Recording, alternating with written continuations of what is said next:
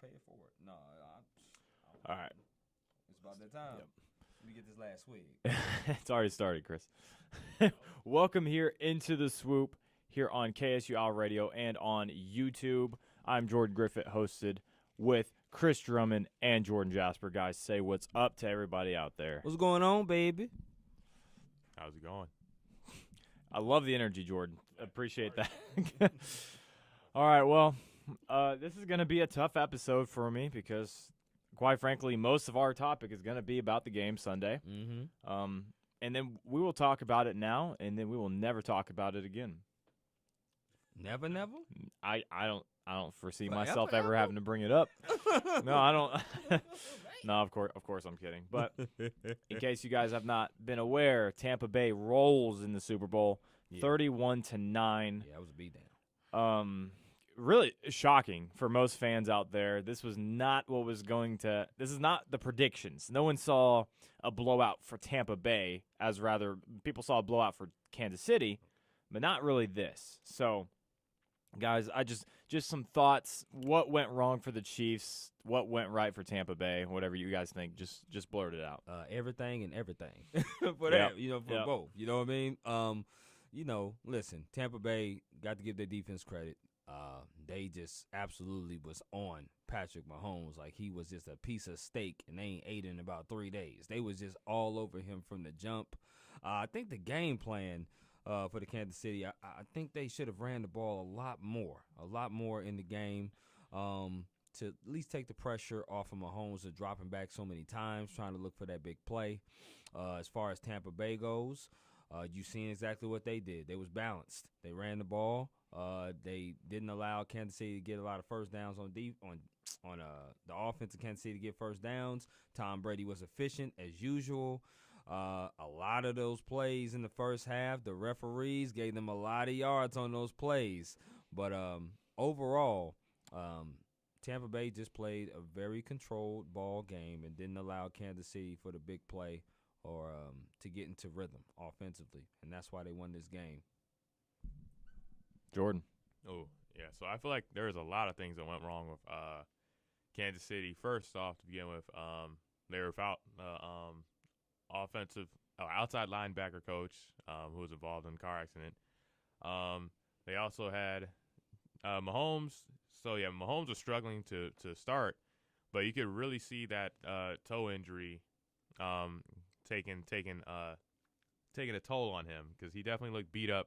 He was getting targeted, like Chris said earlier, and he definitely looked beat up by the fourth quarter. Another thing that went down was I didn't see Tyreek Hill really making an effort to get open like he usually does. I saw him kind of standing back. Kelsey, he was about the same, but yes, a running game would have been a lot more helpful for them because you saw when Clyde Edwards-Helaire made his runs, they were getting yards. It was basically all depending on Mahomes, and I feel like things should have been switched up there when they saw the way the defense was targeting him, and also without some of his offensive line players. He was missing 2 right tackles, I believe. Yeah, they're missing pretty much every offensive line that started the year. Yeah, so Mahomes has never been exposed like that before. So that's also something to take into effect too. And also, yeah, there were some questionable calls going on. But I think they still would have lost regardless of the calls, but the calls definitely helped in the favor of the Buccaneers. When you just look at the difference in penalties that went down. Yeah, so some thoughts for me. I'll ask you guys about the officials here in a minute because I think that's almost a separate conversation at this point than the actual game. But let me preface it by saying the Chiefs did not lose because of the officials on Sunday. That is not why they lost. No. They lost because they got beat up, because they got out physical, they got outplayed, they got out coached, they got out everything you could possibly get. Without question. With a 31-9 score. Here's flat out the reason that they lost. Mahomes had no time. There were open touchdowns left on the field because Mahomes had to be flushed out of the pocket. Yeah. Mahomes already was hobbled on the toe injury. That's not an excuse, but a reason as to why maybe he couldn't move as well as he could have. Okay. And guess what? He still moved pretty well, I think. So that's not even really a big reason. They just got beat up. And the defense, you see the 31 points, and you think, man, defense got to be a little bit better in the Super Bowl. No, the defense actually played spectacular. 31 points for the amount of horrible calls in the first half that were made against them that gave Tampa Bay 120 yards of penalties this game. It was horrible. It was terrible. Once again, we'll talk about that here in a minute. But the defense, they held their ground for the first quarter. They held their ground for the second quarter as well. Third and fourth was a little different story because after the second Mahomes pick from Tyreek Hill, it just felt like the game was over. And then the defense was getting just bludgeoned because they were on the field. It felt like 95% of that game. They ball controlled it. Yep. Yeah, and the defense, the offense for Kansas City just could not get a first down.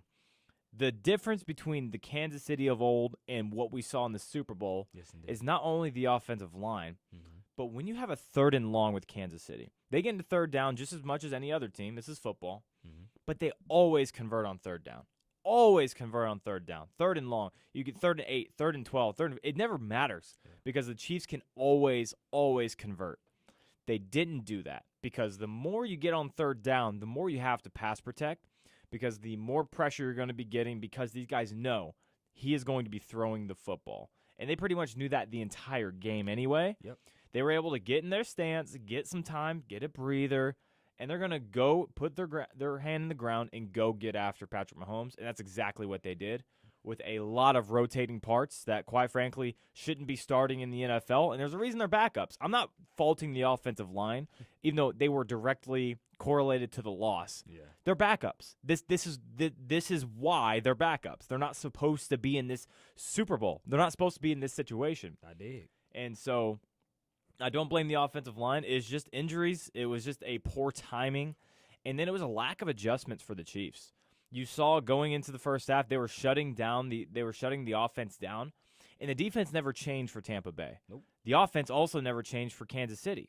They were playing the 2 deep safeties. They were saying, okay, well, you can pretty much run the ball on us. Even though we have outstanding linebackers, you can pretty much run the ball. Right. And they just never did it. And just like you were saying, Chris, that's something that I think if they would have started it out early and ran the ball, established it, that would have opened up more of the offense. Without question. That's not what happened. They were looking for the big play, and the offensive line can't afford to give you time to have that big play.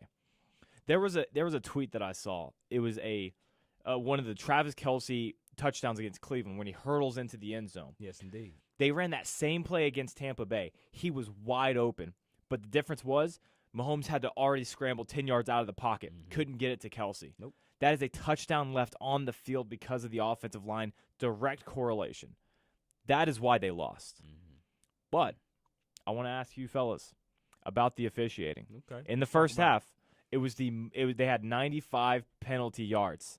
Is the most of any Super Bowl team in a half. What do you think about those pass interference calls and the holding calls? Because one, let me, in case you guys didn't see it at home, one took an interception away that would have been within the 30-yard line for the Chiefs for Tyrann Mathieu. Yep. Another one extended a 50-yard passing play to Mike Evans, even though he pretty much just fell down on his face. Getting them next 2 plays later, getting a touchdown to Rob Gronkowski going into the locker room. And then also the Mike Evans play, which also resulted in a direct touchdown right afterward as well in the end zone. So, listen, the first penalty I believe was the one you didn't even mention was the Chris Jones one. I thought that one, okay, you can kind of be like, all right. Oh, the personal foul? Yeah, okay, that one was good. The obvious Breland play with the Mike Evans falling down, that was terrible. Yeah.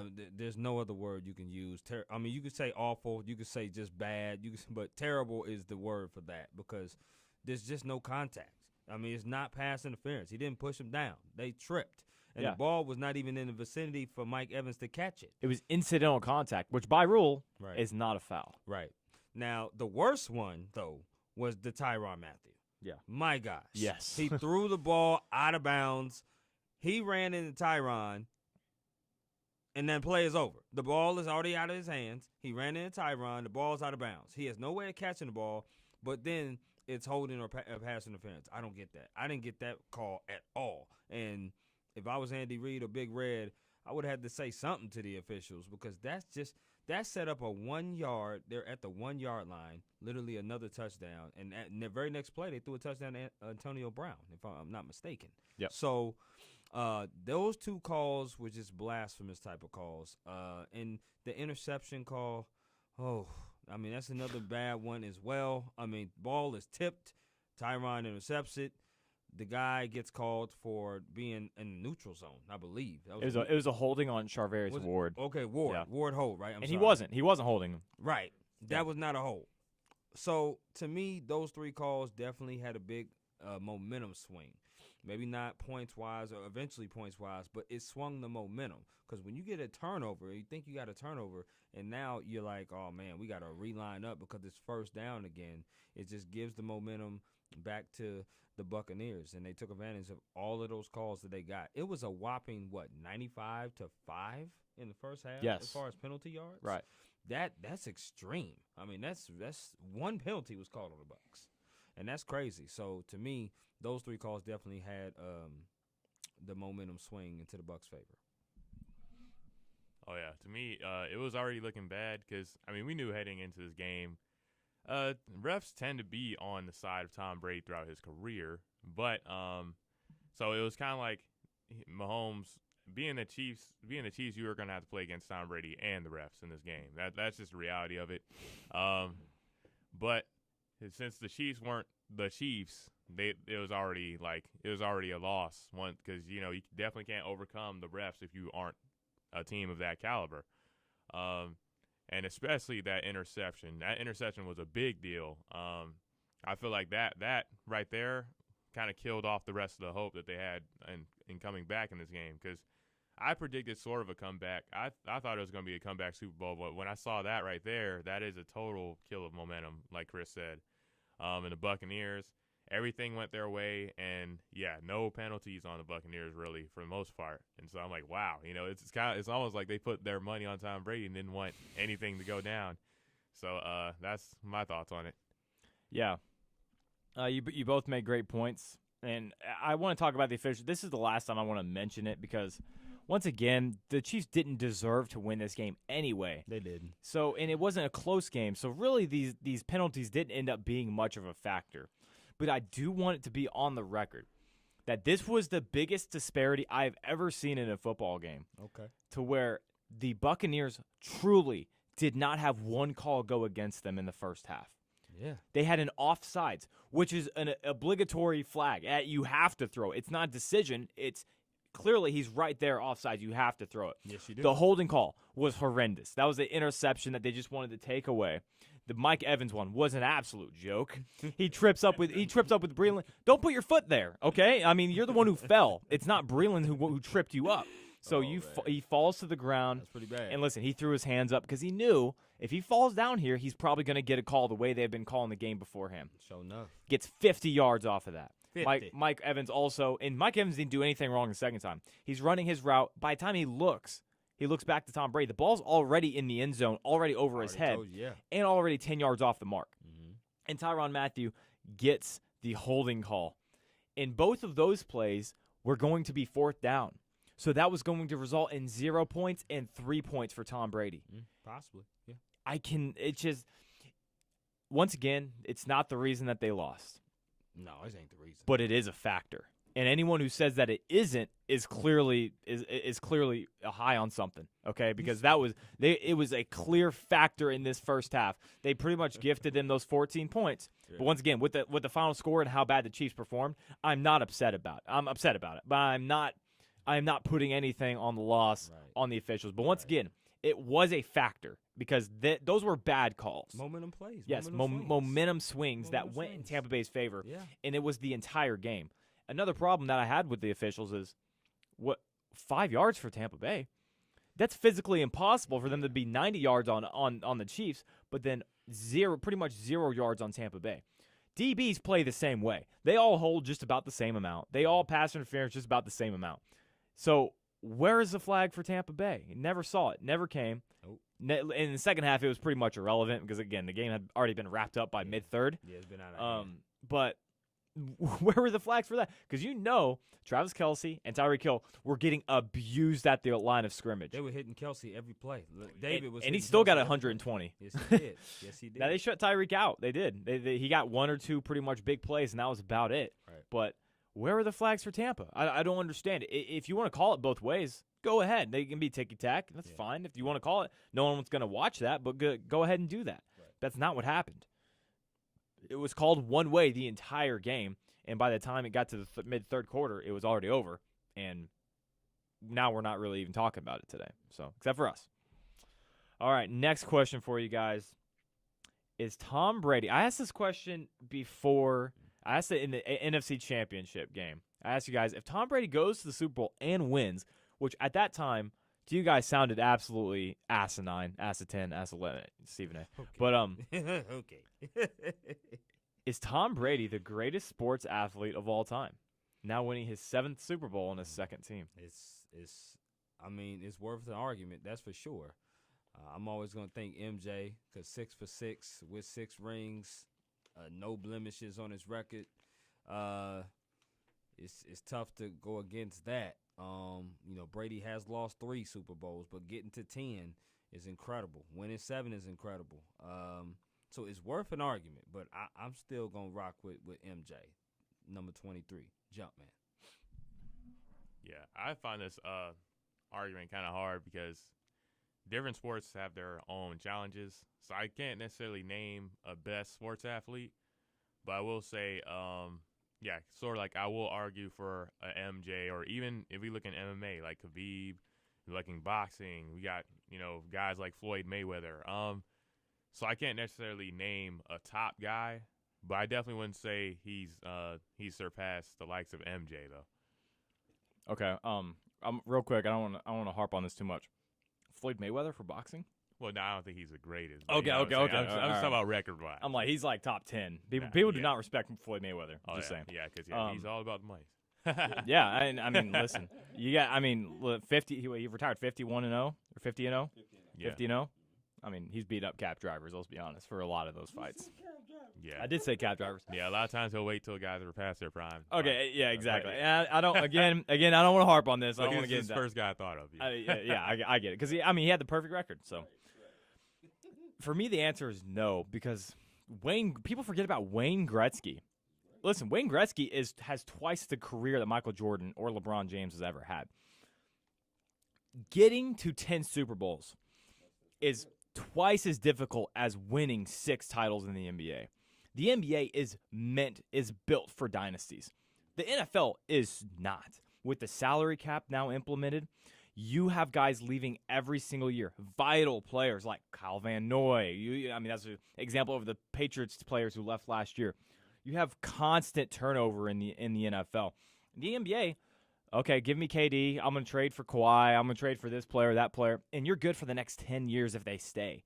That is not the case for the NFL. The career spans of other positions outside of quarterback are so much shorter than the NBA. Michael Jordan had 2 3-peats. That could never happen in the NFL. The Bills got to 4 consecutive Super Bowls, and they lost all 4 of them. So Tom Brady winning 7 Super Bowls is double of what Michael Jordan has done in his career. And people, listen, I am a believer that Michael Jordan is the greatest player of all time, but that is no longer a consensus opinion.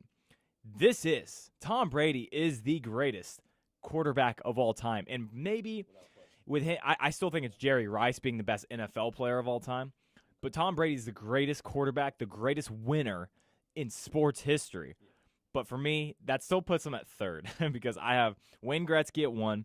The amount of records that this man broke, the Stanley Cups, it's just, I don't think anyone will ever be that good at anything ever again. I know that's a very broad statement to say, but I think it's true.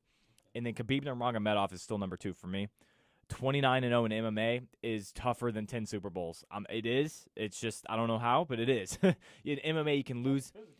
Yeah, you can lose in so many different ways, and to be how dominant Khabib is where I have.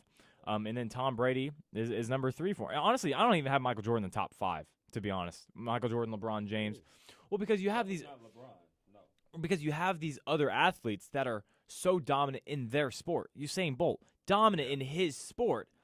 Michael Jordan Phelps. now is getting that doubt in people's minds to where, okay, maybe he's not the greatest anymore. And if it is, it's LeBron. So if there's a debate between your own sport, Tom Brady, there is no debate. There's no debate. Wayne Gretzky, there's no debate. Khabib Nurmagomedov, there's no debate. And with these other guys, I think there is. So that creates, you have Usain Bolt, Michael Phelps. You have all of these tremendous athletes who are so dominant at their sport. I think that creates Michael Jordan falling down the list pretty much by each day. But for me, he's the greatest quarterback of all time. Right. Probably, maybe the greatest NFL player. Team player in sports. But Wayne Gretzky is impossible to beat, man. So that I guess team sport, he'd be 2 because Khabib that's an individual sport. So Tom Brady would be number 2 for me. Okay. Do we have any lasting thoughts on the Super Bowl? Anything we want to talk about before we move on? I don't. I will say this. I don't want to just talk about the Chiefs. I do want to give Tom Brady. I do want to give Tampa Bay a lot of credit because, listen, they came out with a set game plan. It was different than the regular season. I think the Chiefs did not expect that. They expected, I think, a replication of what they were going to get the first time around. But Tampa Bay, the guys got after Patrick Mahomes, and really that was the end-all be-all. That was really all they needed. They had some offensive explosions, but that was, again, a help from the referees in the first half. And then, hey, they were able to keep their foot on the pedal. They were. 31 points is going to win you a lot of games in the NFL, especially when you hold them to 9. You held the Chiefs. This is the first time Patrick Mahomes has not scored a touchdown in his entire career in one game.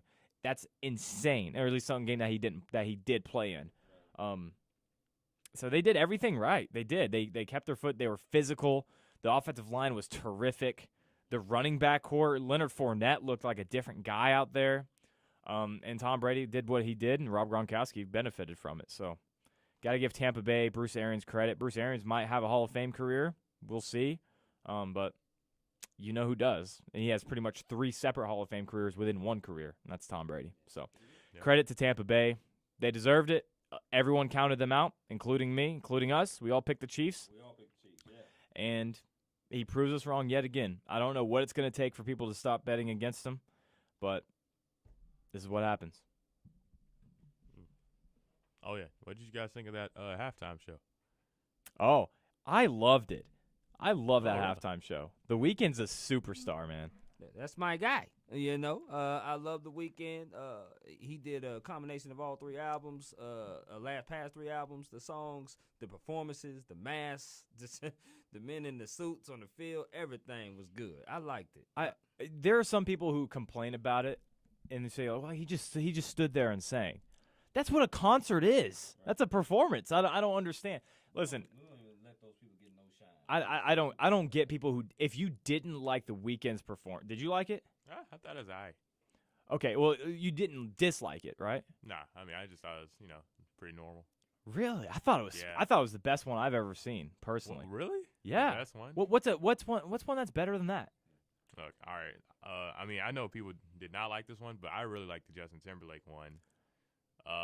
Okay, so there's 2 different. I feel like there's 2 different schools of thought. I dislike the Justin Timberlake. I'll never say I hated any of these because I don't. They're great performances. Yeah. But the one I didn't like Justin Timberlake because he barely sang, and most of his stuff was like those stunts, was the dancing, was like the actual performance. Where The Weeknd just blew us away with his vocals, and he did a couple of cool things. But I just loved the setting. I loved all of that. And I didn't really like the Justin Timberlake one. I'll say this. I would say the Bruno Mars one was pretty good. Oh, okay, that was good. Bruno was pretty good, but Bruno puts on the show, period, anywhere he goes in concert. If you ever see him in concert, if you haven't, you need to go check him out when we can, safely. But yes, Bruno Mars. What's the worst one we've seen?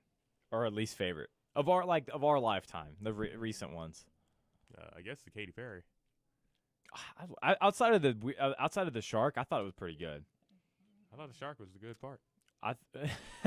Well, you remember the Shark? He didn't know the dance moves. You remember that meme for a while? Yeah, pretty funny. Yeah, it's still pretty popular. I honestly, Justin Timberlake was my least favorite. I didn't like the one with the Justin Timberlake is up there. Last year got a lot of hate as well. J-Lo and Shakira. Really? No, I actually like that one. That was pretty good. Okay. J-Lo and Shakira. I think the year before when the Eagles played the Patriots. I can remember turning away and not watching that one too much. I don't remember. That one I turned away from for sure. The only ones I can clearly remember watching was Lady Gaga, Katy Perry. Yep. Bruno Mars did it twice. Yes, he did. And then Justin Timberlake. The Beyonce one? What about the Beyonce one? Yeah. Black Eyed Peas. That's the worst one. That's it. The Black Eyed Peas. It's been a while now. It's been a while now. Because they had technical difficulties and the lights that they had. Right. Half of them were not working. Yeah. So it created. Listen, they're not that good anyway. Wow. Wow. Oh, come on, guys. Listen, if you take auto-tune away from them, come on. That's not good. Griff, you on that boat by yourself? And Are you serious? You are sinking on that boat. Are you telling me anyone outside of Fergie can actually hit a note? will.i.am. Do you think he can actually sing? The answer is no. It's not. It's about the music though. It's about like the right. But I'm saying the talent. You know, like, right. Okay. I enjoy this. I enjoy the songs as well because they're catchy. They hit the radio. But we're talking about actual talent. The Black Eyed Peas are not that great in terms of talent. If you took Fergie away, they could. And listen, Fergie has not been a great singer either. Oh. Especially that national anthem. You guys remember that? And I know for a fact will.i.am, and I don't even know the other two. Well, I don't even know their names, and I know you don't either. That's true. You're right. Yep. And will.i.am is certainly not a hit artist on his own. Just accept it. It's about the collaborative effort, you know. Like that's fine. The music's albums. fine. The music's fine, but like I'm talking about if you took away the studio, would they sound good? Well, you said about Britney Spears. Yeah, there's a lot of people. Right, and exactly. Yeah, Britney Spears is actually a great singer. Have you heard her? Have you heard her acoustics? I don't want to get down that road anyway. But I want you to answer this question. If you took away the studio from the Black Eyed Peas, how do you think they would sound? They'd be okay. So what are we talking about here? I think listen. The performance has been a long time now. It's been a while. But the Black Eyed Peas is still a solid group, a good group. They're not together anymore, are they? Fergie is not with them anymore. No. Oh, but the other three are? Yeah, the other three are still performing. It's been a while since they made obviously a hit because they took a break. But man, when they was in their prime with "Where's the Love," "I Got a Feeling," songs like that, "I'ma Be," you know what I'm saying? So you dig. They was doing their thing, but we are all in agreement that their Super Bowl performance, along with Justin Timberlake's, was trash. Let's move on. Okay. Well, I still the answer. Like, what's the worst one you guys have seen? For me, it's Black Eyed Peas. We went down the rabbit hole there. I would say Justin Timberlake. The Justin Timberlake one was. You didn't like. Yeah, Justin. Listen. The reason we didn't like it is because he didn't sing, and I feel like when you're doing a halftime performance, you have to be able to sing. And Justin Timberlake is a good singer, but let's be honest, that's not his thing. He's a performer. He's like a comedian now. He does all this other stuff.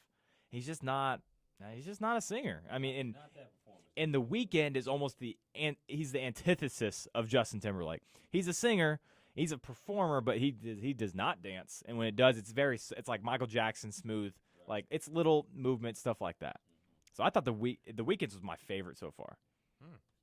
Yeah, I'm gonna go with Katy Perry's is the worst. Okay. I'm trying to look up recent ones. So The Weeknd, Shakira, Jennifer Lopez. Oh, Maroon 5. That was the Eagles one. Yeah, that's right. No, wait, no.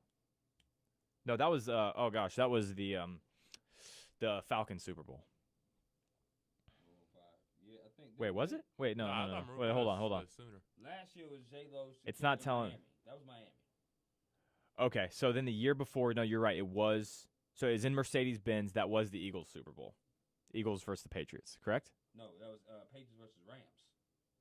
Patriots-Rams. Okay. Yeah, Maroon 5. Justin Timberlake was in Minnesota, that was the Eagles one. Yes, the Eagles Patriots. That was bad. Lady Gaga. Coldplay. I don't remember anything about that one. Oh yeah. And I like Coldplay. Then there was Katy Perry in Arizona. Bruno Mars. Beyonce. That was great. Madonna. Do I remember that one? I don't remember that one. 2012? That's a while ago. Man. Then the Black Eyed Peas in 2011. Oh, my God. Okay, this is the last one I'll move on. In 2010, The Who. They booked a Super Bowl performance. The Who. What's that? Who is that? Okay. They are rock and roll Hall of Famers is who they are. It's a 80s 90s rock band. Now I am surprised that they were able to book a Super Bowl halftime show in 2010. But that's downright disrespectful. He said, "Who are they?" That's upsetting. Next question, please. Yep. All right. I want to do. I mean, we don't have free agency. We don't have the draft yet. But I want to ask you guys, early favorites for next year for the Super Bowl, just off the top. Oh, I mean, I definitely think Chiefs are going to be back in there. Mahomes is probably going to be more motivated than ever. As far as the NFC, I really let me think. I really don't know, because I doubt. Now, yeah, I know he just said not betting against Tom Brady, but I doubt that he's going to be there again with that team now. Right. Because I feel like I don't know if the Packers will figure something out. I don't think the Packers will ever be back. Personally, but I just don't know. Like,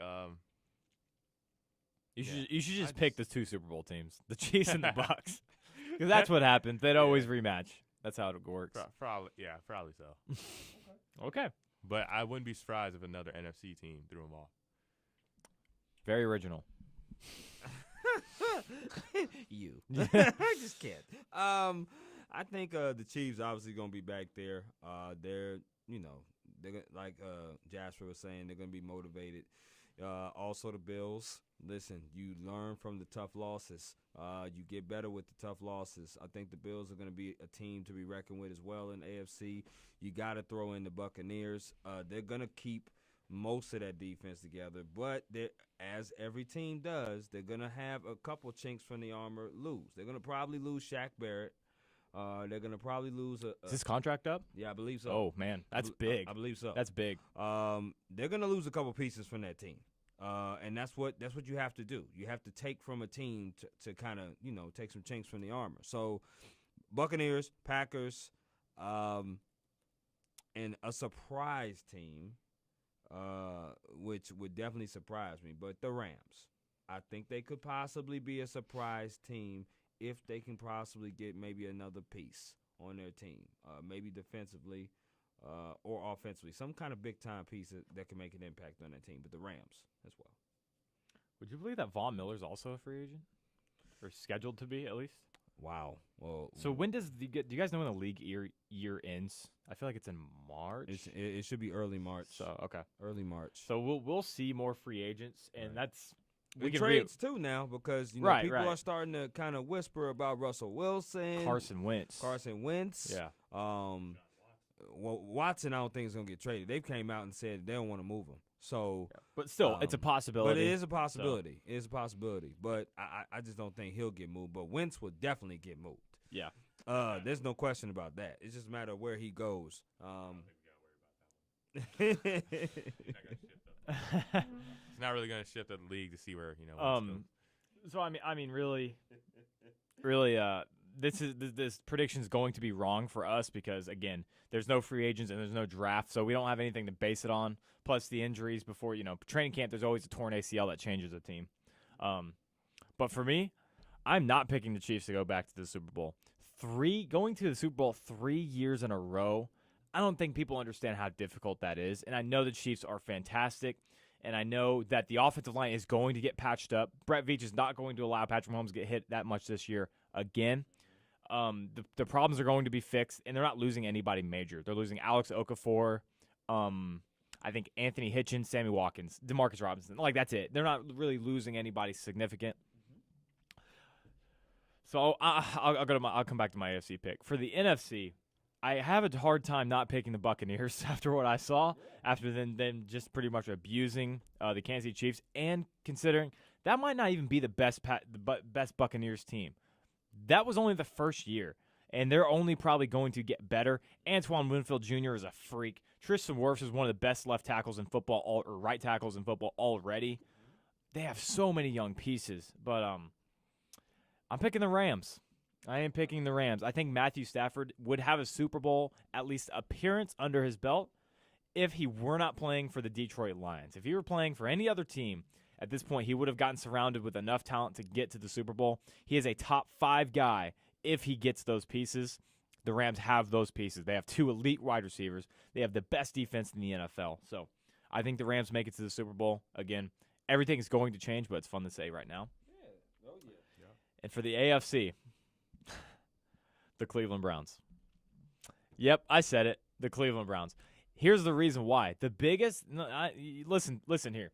The biggest reason why the Cleveland Browns are going to make it is, yet again, they're going to have all of their secondary returning. All of their secondary this year was out the entire season. You had Greedy Williams out. He tore his Achilles. You had the one they just drafted, Grant Delpit, another LSU guy. He tore his Achilles or ACL, one of the two. They're going to have a chance to repair that linebacking core and the secondary. Outside of this team, what's the other weakness? They have the best O-line. They have the quarterback. They have the 2 best running backs. They have a tremendous wide receiving core, especially if Odell comes back. The defensive line is one of the best. Linebacking can be fixed, and it will. And the secondary was bad because all of their players last year were hurt. They were on their 5th and 6th DB, except for Denzel Ward, and he was even banged up on and off. They're going to repair every weakness that they have. I don't see anyone stopping them if that's the case. If their secondary can play to at least league average, this is a team that probably could have beaten Kansas City. And I know that Patrick Mahomes was out, and I know that affects that kind of game, but I see Cleveland as a force for the future. Yeah, that's a legit take right there. A few years, literally like 2 years ago, we would be like the Browns, right? Which is still kind of unbelievable to me. But the Browns have actually emerged as a playoff team. I still, as like for my dark horse for the AFC, I still got the Chiefs as favorite, but I do believe in Lamar Jackson and the Ravens. I do not. Possibly. I do not. I feel like they'll probably get some more pieces to help him out, and they may switch up a little something, but. Is the question, are we questioning the pieces around Lamar Jackson? I don't think that's a problem. I think it's Lamar Jackson, right? I think it's the offense. People are like, he needs weapons around him. They don't use wide receivers, guys. These are Georgia Tech type wide receivers. They're blocking almost every single time because it's a run play, or they're going downfield as a decoy, so the tight end's open or the running back's open. I just don't see Baltimore as a threat with Lamar Jackson under the helm, unless he just transcends his passing game and can just pinpoint the ball wherever he wants. I do not anytime soon look at the Ravens as a threat. And the Bills, they could get better, man. This is another team that's on the rise. The defensive line needs to improve, and the offensive line. That only takes one offseason to improve that. So all of these teams have a major flaw. Kansas City offensive line, Buffalo offensive line. The Ravens, Stanley was out for most of the year, right? He tore his ACL or pec or something like that. He was out. He's maybe the best left tackle in football. That's Jackson's development is the main thing with the Ravens. Right. And all of a sudden we're questioning. A couple of years ago we were praising Greg Roman, right? Like, oh man, this guy has really turned Lamar Jackson into something. Now people are doubting Greg. Well, shouldn't he be fired? What are you talking about? I don't understand it. If this guy was a god offensive coordinator 2 years ago because he did it with Colin Kaepernick, now he can do it with Lamar Jackson, yet they can't win major playoff games at this point, and they were this close with San Francisco, that close, but they still didn't win. How is he an idiot all of a sudden? I don't understand it. I don't. Last thing I'll say is that for Cleveland, I do like the fact that they've improved, but they got to show that they can beat Baltimore. They've been struggling against Baltimore in the past couple seasons as they've been coming up. I think they got to prove that they can beat that team. I think they proved that they can compete with them. Mm-hmm. They got to beat them. So that's just my take. This team is not going to be a Super Bowl contender, so don't yell at me. But this is a team that I think is going to make the playoffs. Mm-hmm. This is a one-win team. I think the Jaguars have a good chance. You get Trevor Lawrence, you get a brand-new system, Urban Meyer. They have so many good young defensive players. Like C.J. Henderson. They got a lot of good guys back there. I would definitely say improved. I just can't jump on that boat yet of playoffs. In the AFC South, I could. AFC South, I think, is horrible. Because the best team out of that division last year was the Colts, and they lost to the Bills in the first round. Now, what's their quarterback situation going to look like? Tennessee won the division. Right, but the Colts were better. Okay. Tennessee got smacked by Baltimore, pretty much. No, that's not smacked. They didn't get smacked. I'll take that back. They got beat. And then Baltimore got smacked by Buffalo. They did. That did happen. That was a smack. That was a smack. Yeah, I apologize. Tennessee did not get smacked, but Baltimore certainly did. Okay. All right. A very interesting update about Russell Wilson with the Seahawks, something that just really came out of nowhere. Nowhere. Is that he has felt that he has been hit too much and that he is frustrated with the Seahawks' inability to protect him. Does Russell Wilson have a point? Oh, yes. He definitely has a point. There's no question about it. He's been sacked. He's been hit so many times this year. He's been sacked some of the highest times of his last 5 or 6 years. He's been in, the top 3, top 2 of being sacked. He's definitely getting hit. But since he entered the league, he leads the NFL in sacks. Right. So my thing is this. But if you're going to let him cook, like you said, and you put the ball in his hands and you don't have a great offensive line, this is what's going to happen. He also not only leads in sacks, he also leads in scrambles. The offense that you've built in to have that run, that RPO offense, he's going to get hit. So, yes, does he have a point? But this is the way that you have to win now if you Seattle. You got to put the ball in your best player's hands, or you have to get an offensive line that can run block better, that can run the ball. Remember, Chris Carson was out a lot of the games this year, and that was their go-to running back. But I don't think that they have a top-tier 1 running back to where that they can lean on to take the pressure off of Wilson. They rely on Russell too much. That is why he's getting hit. So this was something that, I believe this interview was on a Dan Patrick show, if I'm not mistaken, where he was talking. I think so. Yes. I think you're right. So this was premeditated by Russell Wilson. Right. This is a shot to the brass. Guys, I need some more protection. I don't want to be the guy to be taking hits like this. We got to get better offensive linemen in here. I got to be better too, but please help me out as much as possible. Are you guys familiar with Russell Wilson's interviewing style? Like, what does he always say at the end? Go Hawks. He always says, "Go Hawks." You know what he did not say today or yesterday? Go Hawks. He did not say, "Go Hawks." That is the first time I've ever seen him not say that. That's concerning to me. I want to hear your opinion, Jordan. Yeah, he definitely looked very. They put the camera on him during the Super Bowl. He definitely looked very what's the word? Disinterested or salty, if you would say. I think it's just he's frustrated with also not just being hit so many times, but I think he's frustrated with being a good regular season team that's not making it far. Right. Because I remember at the start of the season, he was MVP. Like everybody's like, "Oh my gosh, is Russell Wilson better than Mahomes?" Like and then all of a sudden, like once that after the loss to the Cardinals, they never came back. And then it Russell Wilson was yesterday's news. And then everyone was on Aaron Rodgers, and it's kind of like he constantly has these boosts of the Seahawks. The Seahawks might be a threat this year, and then they fall off again. It's just like they can't get back into that Super Bowl relevancy. So I feel it's just frustration. One thing I would say is, this was an interview, right? Where he said that. Yeah. Yeah. I got to hear the way the question was phrased, but I just wouldn't make it public like that. But I mean, nowadays people do. And Russell Wilson's not that type of guy. Yeah. This is not something I would ever expect from a quarterback like Russell Wilson. So that's what concerns me the most. Yeah, it's crazy. Yeah, and you got to think, kind of the rule of thumb in sports is if you're hearing about it in public, it's been in the works for a long time. To where if he's saying now, he's just now saying he's been frustrated with the lack of protection. This is probably 2 or 3 years in the making of, man, I'm tired of getting hit. Listen, Russell Wilson's style, he holds on to the ball a little bit longer. It causes sacks, so it's not all in the offensive line. But I think that the style of offense is an interesting factor, like Chris was saying. Because they were a pass-happy offense in the first half. Then they went back to Marty Ball, who, rest in peace, just passed away yesterday. Marty Schottenheimer, the legendary Marty Schottenheimer. But his son, Brian Schottenheimer, was the offense coordinator, now former offensive coordinator for the Seahawks.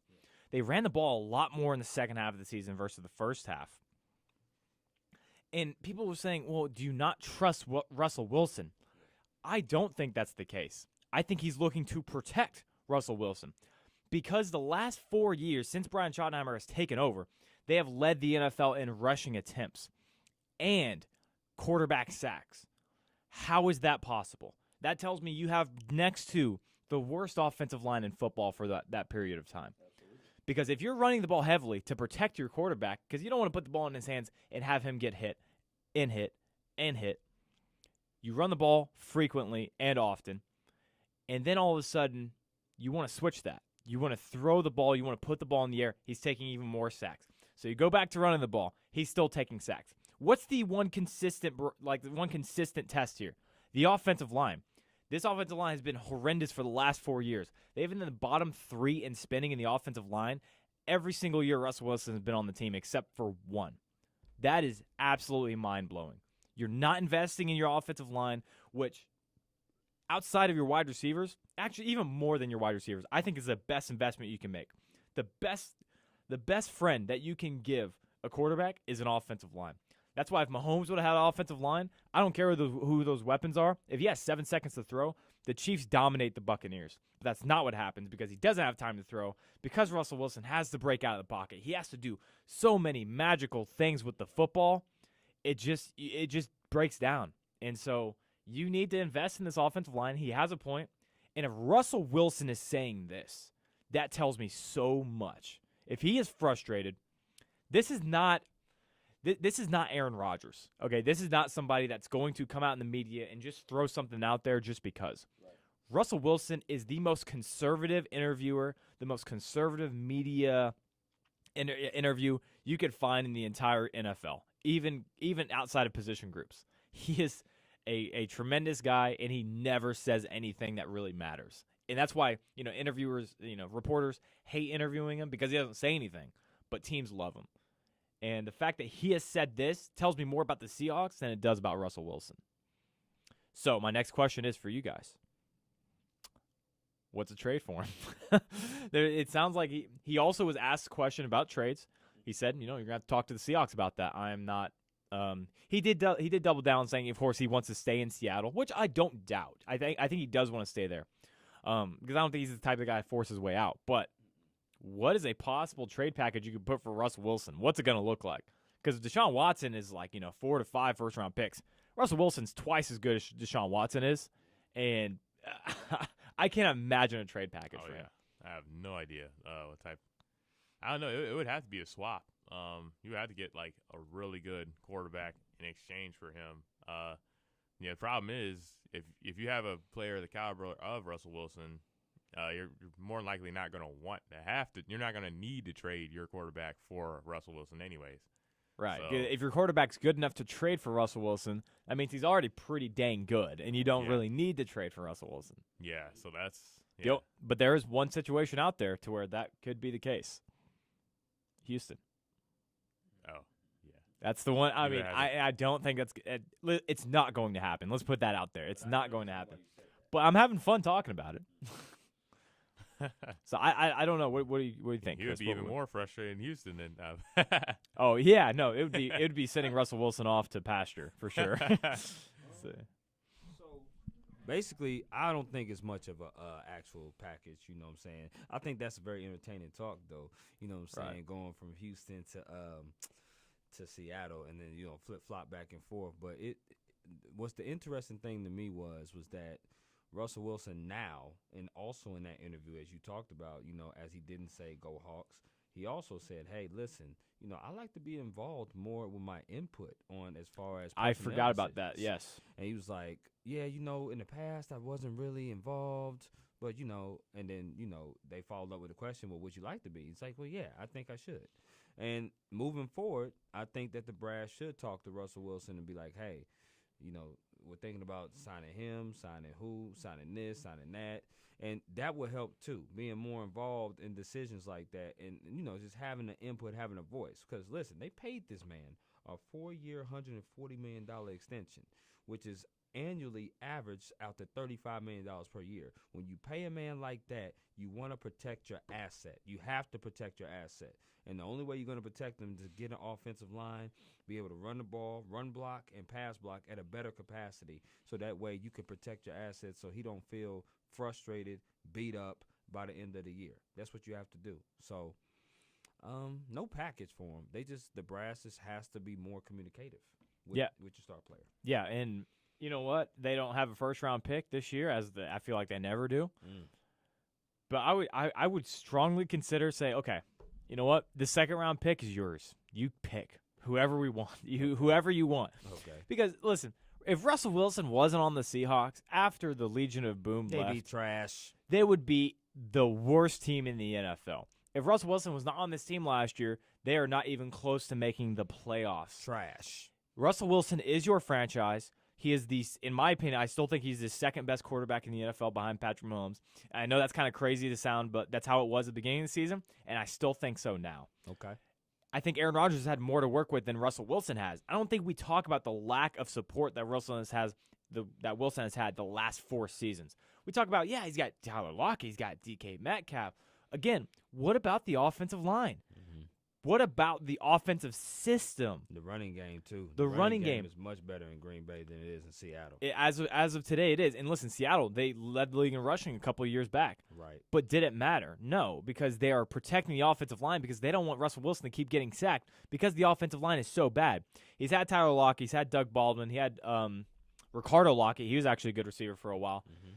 But listen, man, that's it. That's it. Aaron Rodgers has had Hall of Fame talents come through there. Russell Wilson, the best talent he's had come through there is DK Metcalf. Yeah, and that was just this season, really. Mm-hmm. And, again, no offensive line. So we talk about Aaron Rodgers all the time with he doesn't get anything over there in Green Bay. They don't help him out one bit. What about Seattle? I also think if Russell Wilson wasn't the quarterback of the Seattle Seahawks, Pete Carroll would be back coaching USC offensive coordinating right now. He probably would. He is – if Pete Carroll's fired today – there is no market in the NFL for Pete Carroll. He is never getting another head coaching job in the NFL. No. He's too old. He's too rigid, and it's all in his scheme. Rather, he's just not creative enough. And Russell Wilson needs a creative mind, and so they fired their offensive coordinator. Let's hope it works out. But let's hope so. I will say this: the only trade package you can give for Russell Wilson is none, because he is a quarterback that is so valuable. There is truly no trade package you could possibly give that would make them accept a trade. Generational talent. He's that talented. Yes. And he's a guy that, like you said, cannot trade for. You just have to build better around him, and hopefully the Seahawks do that. If you put Russell Wilson on almost any other team in the NFL, not only are they a playoff team, but say Russell Wilson was on the Cardinals. I love Kyler Murray as much as the next guy. The Cardinals have to be the favorite out of the NFC. They would definitely make the playoffs. Right. Kyler didn't even make them. They didn't make the playoffs with Kyler, so he would definitely make the playoffs. If you put Russell Wilson on the Cleveland Browns, they have to be the favorite over Kansas City. Yes. Like that's how transcendent this guy is. Yes. But I think we don't realize it because not only does he play on the West Coast, but he is also being hidden by a lack of creativity and just a lack of attention because he doesn't say anything. Nope. He's always been the corporate type of guy until this interview. So now people are going to raise eyes. Has just blown me away. I just cannot believe that this is happening. Everybody got pipes to bust. And everybody got pipes to bust. And, Pause. And come on, Chris. This is the radio. I appreciate that. And you got your boiling point. I should say that. Your boiling point, and his is boiling over because it's like, I'm seeing all these quarterbacks here, and they winning Super Bowls and going to Super Bowls, and I'm over here getting my beat. So, it is what it is. All right, last topic, and this is, again, an NFL hour pretty much, and then we'll move on to our segments. Yeah. Yearly awards were given out just the night before the Super Bowl. MVP goes to Aaron Rodgers. Coach of the Year, Kevin Stefanski. Offensive Player of the Year, Derrick Henry. Yes. Defensive Player of the Year, Aaron Donald. Comeback Player of the Year, of course, Alex Smith. Mm-hmm. I can't believe there was one voter who did not vote for Alex Smith. Voted for Ben Roethlisberger. Are you kidding me? That's crazy. The award should be named after Alex Smith for what he has overcome. Without question. And I feel like those are the major ones, right? Those are the major ones. Yeah. What do we agree with? What do we not? Oh, Aaron Rodgers, definitely MVP. He had an MVP-type season. We're talking about this particular season. He had dealt with his number one wide receiver going out for weeks. Yes, he does have other receivers he can get the ball to, but 48 touchdowns, 5 interceptions. The guy had played 16 games and averaging 3 touchdowns per game throwing a football. And the guy didn't even have more than a handful of interceptions. I mean, nobody's had a season like that. So if we're talking about just the regular season, which this is a regular season award, you got to give it to Aaron Rodgers. Now, Coach of the Year, I agree with. so we don't even need to go into that. Comeback player of the year, we agree with. We don't need to really comeback go into player of the year is not even a discussion. Now, I mean, Jasper might throw up a discussion, and right. we're gonna beat him up after this if that happens. Offensive player of the year, Derrick Henry. He went over 2,000 yards. Can't really disagree with that. Running back. You certainly can. With a running back going over 2,000 yards. Yeah, I can certainly disagree with it. I'll let you finish. I'll get to my point because when you get to your point, I want to hear this. So I don't disagree with Derrick Henry for sure. Defensive player of the year, I disagree with a little bit because I thought T.J. Watt should. Yeah. Thought T.J. Watt should have won that award, especially with the lack of what he was playing with the Steelers. You know, they did start off 11-0, but they started to lose a lot of defensive players, and a lot of attention started to come on his side, and he still was producing at a high level. So am I mad or ticked off that Aaron Donald won? But T.J. Watt, to me, I would have chose him for the award. So that's the only real disagreement that I have with it, because everybody else that won the award should have won it. That's for sure. Yep. Actually, I honestly agree with all of them. I think Aaron Donald was incredible defensively. And also Derrick Henry. I mean, Derrick Henry had a monster year. If you had to think of MVP outside of quarterback position, it would probably be Derrick Henry. That's how good he was doing this year. Now, yes, I am a fan of Mahomes, but I guess if you talk about as far as numbers and what he had to work with, I mean, it's not like Aaron Rodgers didn't have help, but he had less than Mahomes, I would say. So you would have to give it to Aaron Rodgers there. Yeah, and then of course Mahomes would be the runner-up. Coach of the year, most definitely, and then that's pretty much all the awards, right? Third. Yes, he was. Mahomes was third. Wait, hold on. He got doubled up by Josh Allen. Josh Allen had 4 votes. Mahomes had 2. Josh Allen? Yeah. The quarterback, not the defensive end. Yeah. Oh, okay. Mm-hmm. Yeah, no, that's the exact right expression to have. Okay. Before I get to offensive player of the year, because I think this is our biggest gripe between me and Chris here. You might as well hand him the mic. We got some beef. He agreed too, so Jasper did too as well. Yeah, but I feel like I can sway him. Me and you butt heads often. Okay, right? talk to and me. I love this way. Okay? I do it, please. So for MVP, okay. For me, I feel like, and we've talked about this as well. We have. I feel like we change the criteria almost every single year. Yep. For me, I thought it was the best player on the best team. Mm-hmm. That's why Steph Curry has had 2 MVPs. Okay. That is, and I know that's a different sport. Right. I understand that. But why did Russell Westbrook win his? Because he did something out of the norm. Right. He did something historic. Right. All right. Aaron Rodgers did not. What about James Harden? He won his MVP. Right. He was robbed by Steph Curry the first time. He should have won. He should have won a few more. The first one was not even close. Steph Curry's, it was either first or second one that he was robbed. One of the two, because then Steph Curry did have a historic shooting season. Right. I'm blurring on which one it was, but there was one that James Harden was the clear should have won that one. Okay, go ahead. Aaron Rodgers is not the MVP. It is Patrick Mahomes because he's the best player on the best team. Aaron Rodgers did not do something historic. This wasn't even his best season. It was his second best season. Yes, he had the 40 touchdowns and he had the five interceptions. This was his best season. He had 45-6 his last MVP year. Right. He was 48-5 this year. More touchdowns, less interceptions. How's that not better season? Is it all about that? All about the stats? Well, yeah. I mean, Mahomes had 50 touchdowns and 5,000 yards. And that is something we probably will never see again. That's why he won MVP that year. Okay. Right? Mahomes is the better player. Can we all agree? Yes, he is the better player. Who is the better team? The Chiefs are the better team. I rest my case. Okay, moving on to offensive player of the year. That is ridiculous. I don't. You know What? That. I don't. What? You what? know that. Okay. You just said it. Every year the criteria changes. And right, I'm saying that's wrong. What I'm saying is that we shouldn't do that. But okay, your opinion is wrong. Okay, I got it. But your opinion is wrong. It is what it is. Your opinion is what I'm stating that you're saying. It is wrong. Okay. That's what I'm saying. But with that being said, the NFL does that every single year. Right. So Rodgers should win it this year based upon the season and the stats and the numbers. He didn't have a terrible season. He went 13-3.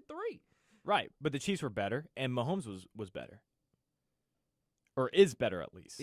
I still think Mahomes overall he's a better player. I still plead, and I know you can call me biased. I don't care. Talk to me. I still plead that Aaron Rodgers had more help this year than Patrick Mahomes did. That offensive line was the best pass pro offensive line, and once again, like I was saying earlier, that's the best friend you can give a quarterback. Mm-hmm. But the MVP is not really the one I'm as sour about. Good. But once again, I want one more thing before we move on from the MVP. My criteria is the best player on the best team, unless there's something historic, like you were talking about, like the Russell Westbrook thing. LeBron James should have so many more MVPs than he does, right? Mm-hmm. Patrick Mahomes should have this MVP because, once again, he's the best player on the best team. And Aaron Rodgers did not do something historic. Okay. This was a tremendous season that he will probably never have again. But that's what I'm saying. He's had 2 of those. James Harden didn't do something historic either, but he won MVP. He just let the league in excess. He didn't do something historic. Right. So why does you have to do something historic for always to win the MVP? I'm not saying James Harden should have won that MVP. It was probably LeBron. I don't remember the exact season we're talking about, but it was probably LeBron. Okay, I got you. We're shorting LeBron so many MVPs that he really deserves. That I will give you. And we're going to do the same thing to Patrick Mahomes. And another reason we gave to Aaron Rodgers is because Aaron Rodgers, we understand he's on the backside. Because we understand that he is not going to be in contention for another MVP after this season. That's it. He's being forced out of Green Bay by the day. That is not the case with Patrick Mahomes. We understand in the future, down the road, when he is about Aaron Rodgers' age, we're going to give it to Aaron Rodgers, or we're going to give it to Patrick Mahomes on a season because we're like, well, Mahomes doesn't have as much time as this young gun does. I will say this before I let you go to your offensive player point. Aaron Rodgers did talk himself into an MVP because he did mention a couple times that he felt often he did talk himself. I'll give you that because he felt like he was slighted a couple of those years. Right. One of them coming to mind was the Matt Ryan year that the Falcons went to the Super Bowl. He thought that he should have won when he got his team to the NFC Championship, but was blowed out by Matt Ryan, who won the MVP. So go ahead with the offensive player of the year. Actually, I want to go to defensive player of the year real quick because I do disagree with this one, but not slightly. Again, I don't have a huge gripe with this one because it's Aaron Donald. He's the best. He's the best player in the NFL, bar none. But I think the reason he was picked over T.J. Watt was because of the team's success in the playoffs. Okay. The Rams actually ended up being the best defense in the NFL. The Steelers tapered off to an average defense at the last. And again, it was because injuries was a big part of it. A lot of it.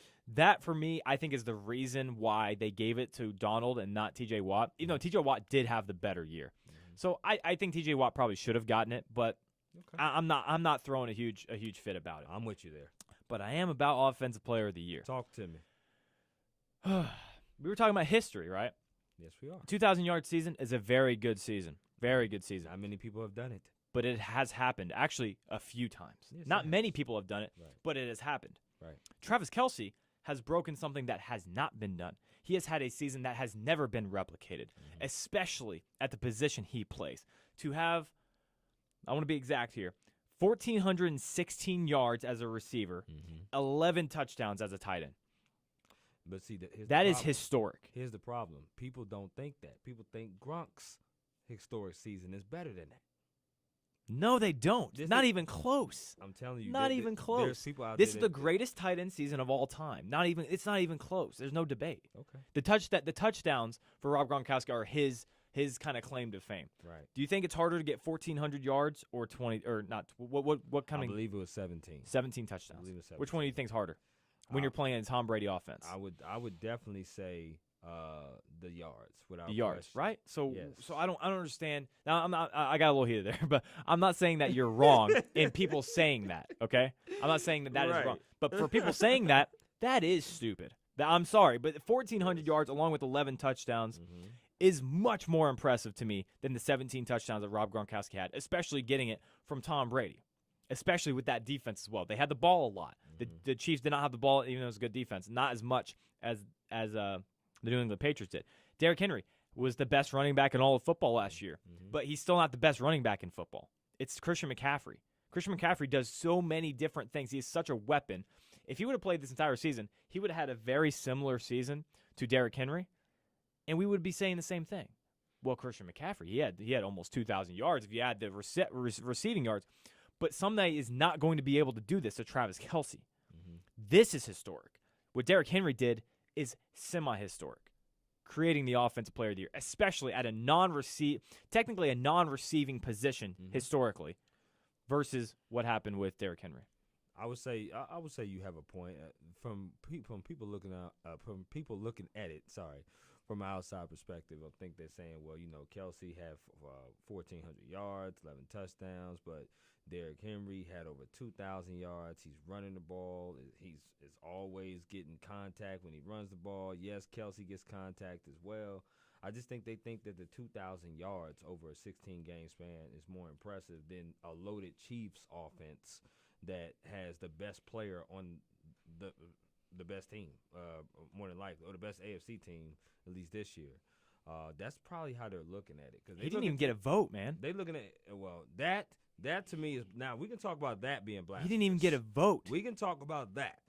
Now winning, like I said, I would have chose Derrick Henry, but for him to not get a vote, that's crazy. Because it was Henry, Rodgers, Mahomes.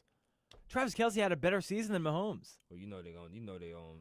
Like I said, that's crazy. They're going to treat the quarterback. I understand that. Unless the running back is getting 2,000 some odd yards. Who was the last one that go for 2,000? CJ? Chris Johnson? No, Adrian Peterson, I believe. Yeah, you're right. No, you're right. I believe Peterson did. Adrian Peterson. He almost broke the record. He was 9 yards from breaking Dickerson's record. Single season. Right. So. But again, I come back to. So if you break the record, if you break the all-time record for rushing or touchdowns in a season, if you break LT's unbreakable touchdown record, or if you break Eric Dickerson's single-season rushing record, that is, to me, automatic MVP, because at that point, you cannot do any more as a running back. Literally, you cannot do any more as a running back than that. But this is a semi-historic season. What Travis Kelce did this year can never be replicated, and if it is, it's by him. That's it. He didn't break his own record. He broke George Kittle's record, who had broken Travis Kelce's record 30 minutes later in that season.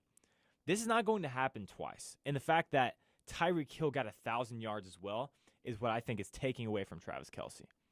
So if you say, well, they both have 1,000 yards, so it's just a prolific offense, passing offense. So let's give it to Derrick Henry. That is wrong in my opinion. So that's just how I see it, because again, we're gonna see a running back like Derrick Henry come through the NFL. He's gonna have a very similar year. Christian McCaffrey could do it next year. Dalvin Cook could do it next year. Any of these guys, but we're never gonna see a season like Travis Kelce again, especially from the tight end position. These are outstanding numbers for a wide receiver. They are perfect. They are impeccable numbers for a tight end. That's my case. That's sway you. I know I didn't sway him. I understand that. That sway Jordan. I definitely see your point. I think it's more about like kind of narratives with that award. But should it be though? Because the narrative favors Derrick Henry because once again Tyreek Hill also has 1,000 yards, right? So it kind of takes away from Travis Kelce. So I feel like it shouldn't be about that, even though it is. Yeah, I mean I don't think it should be either, but you can't like ignore the narrative there, like because honestly, like when you watch the Titans, it is more about, to me, I think it's more about Henry than Ryan Tannehill, because you're looking out for Henry more. Ryan Tannehill is not as good as people make him out to be. So wow, okay, Ryan Tannehill getting some heat on the Swoop. Didn't see that coming, huh? Wow. But yeah, he's not as good as people make him out to be. I think Henry does a lot for that Titans offense. So I do see both sides here. Okay, last question, because we're definitely over on time, but I'd like this discussion. Last question for you guys on this. If the Chiefs offered, other way around, if the Titans offered the Chiefs, we'll give you Derrick Henry for Travis Kelce, the Chiefs are hanging up. They will never do that. I'm just saying that makes that tells me more about Travis Kelce than it does about Derrick Henry. They would not give up Kelce for Henry. No. Right, exactly. And I know trade value, that's like not really what this is about, but I think that's also a point that should be considered at least a little bit. So you're still on Derrick Henry? I mean, pick a side, Jordan. I think so. You can be on. That's fine. Yeah, I think so. Listen, 2,000 yards. He was the best running back in football. Not even close. This was the guy this year. Yeah. Yeah. It's just like. Tell me I'm wrong. I feel like because the Chiefs. You can tell me I'm wrong. The Chiefs got a lot going on, so it would just be hard because like that would be if everything could go to the Chiefs. You know what I mean? So I feel like the Titans, they have a player who had a fantastic season. You reward him. And also he had like some really good stiff arms that like made it throughout the media. Okay. Now I promise this is the last question. I'm actually curious as to what you guys think. If the Titans had missed the playoffs, but Derrick Henry still had this same year, do you think he gets Offensive Player of the Year? No. Yeah, I don't either. Okay. That literally has nothing to do with anything. I just wanted to ask. All right, moving on to our segments. We're about 10 minutes over, but who cares? We run the show. Fact or fiction, fellas? Chris, you are 4 of 9 on the year. Jordan, 3 of 9. 33.44%. All right, are you guys ready? Yep. You ready? Yep. I'm ready. Number 1. Okay.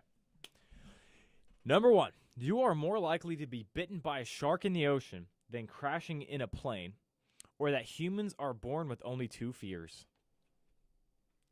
Shark, bite me. Why is it on this segment only you just turn into a completely different person? Yeah, I'm going with the shark. You both going with the shark. Yeah. You are both wrong. So no, when you're born, so like right when you're born, humans are ingrained with 2 fears, and that's fear of loud noises and a fear of falling. That's it. And then the other fears you just learn on your own. Like, if you're afraid of snakes, you're just afraid of snakes. I mean, there's nothing about it.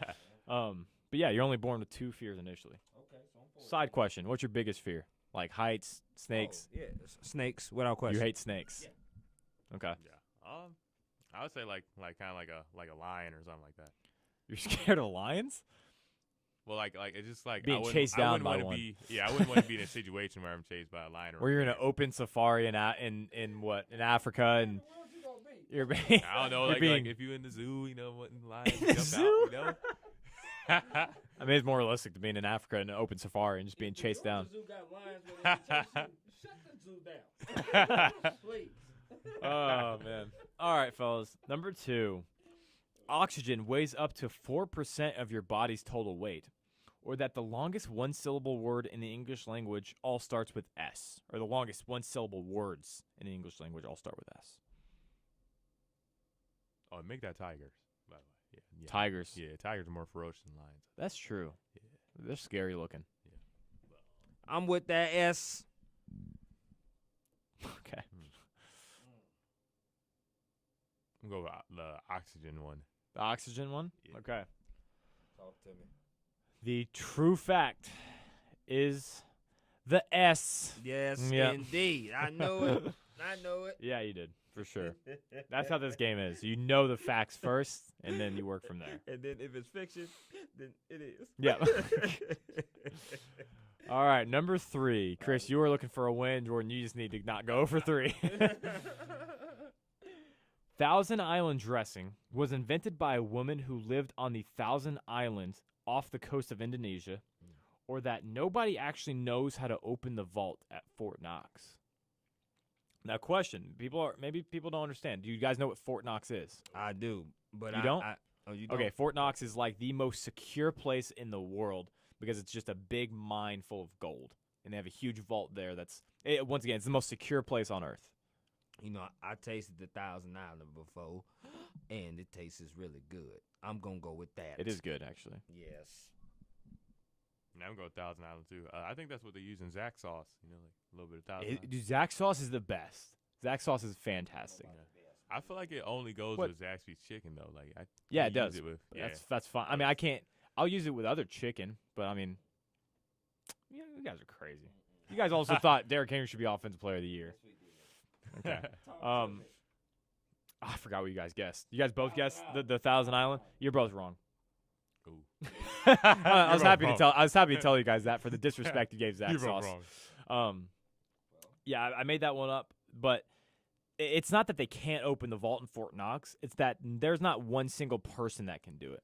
So it's like, you ever heard of launch codes, to where it's like there's 4 different people that have a certain code, and then you have to get them all together and put it together for the launch. That's what the vault is for Fort Knox. Yeah. I can dig that. I went 1 for 3 today. But that BBQ sauce something else. If we talking about the Zach sauce good, but that BBQ sauce. At Zaxby's? Yeah. Oh, okay. But I'm talking about, like, when you say Zach sauce and you compare it to others, I'm thinking about signature sauces of places. like Chick-fil-A sauce. Zach's sauce is better than Chick-fil-A, but nah, Chick-fil-A nah. sauce is fantastic. But Zach's sauce I think is better. I think Chick-fil-A sauce can go like on more stuff than Zach's sauce. That is actually true. Like you use it with fish, you use it on a burger or something like that. You know, That's where I draw the line. But yeah, that's a fries, good too, point. yeah. That's a good Chick-fil-A sauce is more versatile, but That man, Zach's, BBQ sauce something else though. but there's a lot of different BBQ sauces out there. Yeah, on both of them. We do Zach's and we do Chick-fil-A. But is that BBQ sauce, man, when you put that thing on there, I'm telling you, it's something different. But listen, Chris, you when it comes to food takes, you just don't have a seat at this table, okay? Your food takes are so bizarre. I just can't you can't take you seriously. You had never had sweet tea. I never had it. Prior, never there's had just too many things to really But dive it's okay. into. Listen, y'all, I love the Zach and I love the Chick-fil-A. But let me tell you something. When you get that BBQ sauce, fade out. Moving on. Underrated, overrated. Okay, is that time? Number one. I feel like we're all going to be on the same page with this first one. Okay. Todd Bowles. Oh, underrated. Yeah. Without question. I would hire him as a head coach today. What he did to that Chiefs offense. Mm-hmm. And he was a good coach before. Anytime that you get rid of Todd Bowles and you bring in Adam Gase, something's wrong with you. That's for real. Anytime you bring in Adam Gase, something's wrong with you. Right. yeah, underrated. That defense really stepped out against the Chiefs and surprised pretty much everyone. If the Bucs won, I didn't expect it to be in that fashion. So yeah, I gotta say underrated. Yeah, absolutely. Todd Bowles. It's a shame that him and Eric Bieniemy and Mike Kafka and even Steve Spagnuolo, all of these guys had to wait until the Super Bowl to get interviews. And by that time, the coaching jobs are filled because teams want to fill them quick. And so they're kind of at a disadvantage. I would hire Todd Bowles in an instant. I think he's a terrific coach. So underrated there. Number two, LaMelo Ball for the Charlotte Hornets. He's underrated. He is a lot better than I thought he would be. Because this is basically because I saw how his brother was, and I thought Lonzo was the better brother in high school. Doesn't appear to be. Yeah, I thought so. But, so then, his slow start compared to LaMelo's start, he's already, he was already putting up good numbers before he started. And now, who went down? Was it Terry Rozier who went down? And now he's starting. His court vision is really underrated. His court vision is, amazing for a rookie. And also, he's able to transition well. I also thought because he didn't play American college basketball that he wasn't going to transition as well, which is why I didn't think he was going to be – he should have been a top 3 pick, but I'm seeing that didn't really matter per se. Yeah, I'm also going to go with underrated. Listen, he dropped 39 February 5th. 34, excuse me, against the Jazz, the best team in the NBA right now. Mm-hmm. 19 the game before, 24 against the Rockets. These are good teams that he's putting a lot of numbers up against. And it just looks like every game he plays, and listen, no one's watching Charlotte Hornets basketball. They're not. I'm not watching it. You're not watching it. I No. know you guys aren't. No. But it just looks like every time I see a highlight, he just looks more comfortable. He just looks better. And he's 19.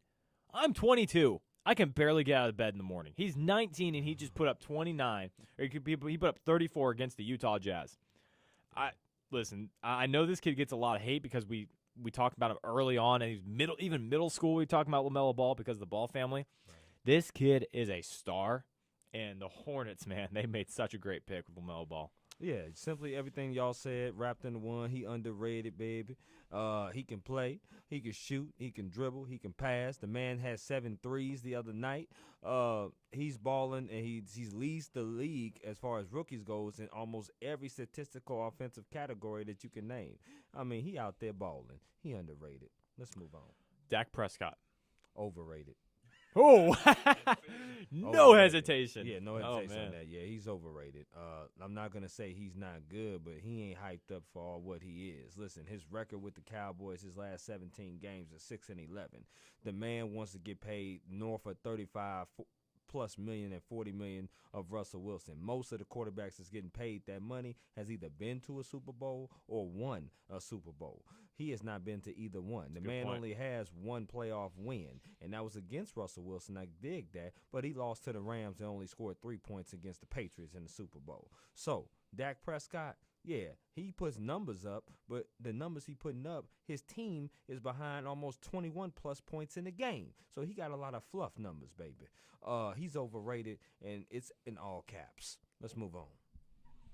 Yeah, I would go with overrated too. Definitely because how much, like how Chris said, how much you want to get paid. You are ridiculous. There's no way you're not in that caliber to ask for that type of money. I think he's a good player, but despite you have to look at the Cowboys' record, they have not made it. They have not made met their expectation that everyone has for them.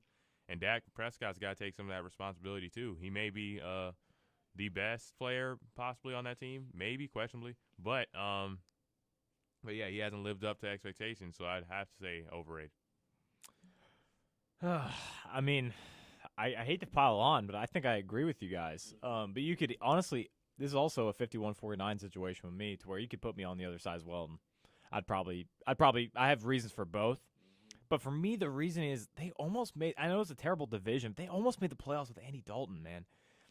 The win disparity between Dak Prescott and what Andy Dalton was able to do was just not that, it was not that big of a gap. And it's not that I don't think that Dak Prescott is years or head and toes above Andy Dalton, because we all know he is. But it's just not transitioning to wins. And it might not be Dak Prescott's fault, but I just find it hard to believe that I could pay him that much money and then your wins would improve. Right. So when you take, and I don't even know if Dallas is all that talented anymore. I just don't think I think they have a lot of guys getting paid that really don't want to play anymore. That's what it just feels like.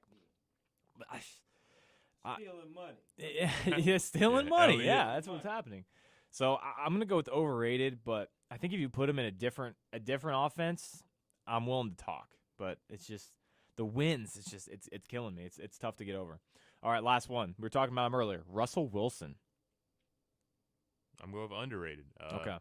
Yeah, he's a great quarterback. Yeah, he just hadn't made it over the hump over the past few years because of his team surrounding him. Yeah, I wouldn't say he hasn't made it over the hump. His team hasn't made it over the hump. Yeah, because he definitely puts up historic numbers like almost all the time. Right. He had a great season starting off. I feel like he's definitely relied upon for a reason. He's Russell Wilson, and he's a great talent. He's definitely a top 3 quarterback in the league, so he's underrated. Do you have him at 2 or 3? I'm going to go ahead and put him at 3 this year. All right. Yeah, I ain't going to speak on this too much. He underrated, baby. The way he be balling out there for that Seattle team, and they don't protect him as well as they should protect him. The running game's been inconsistent. He's been doing his thing. He's worth every penny. Super Bowl champion, been to 2 Super Bowls already. There's no way you cannot put this man and say underrated. He's out there balling. Underrated in all caps.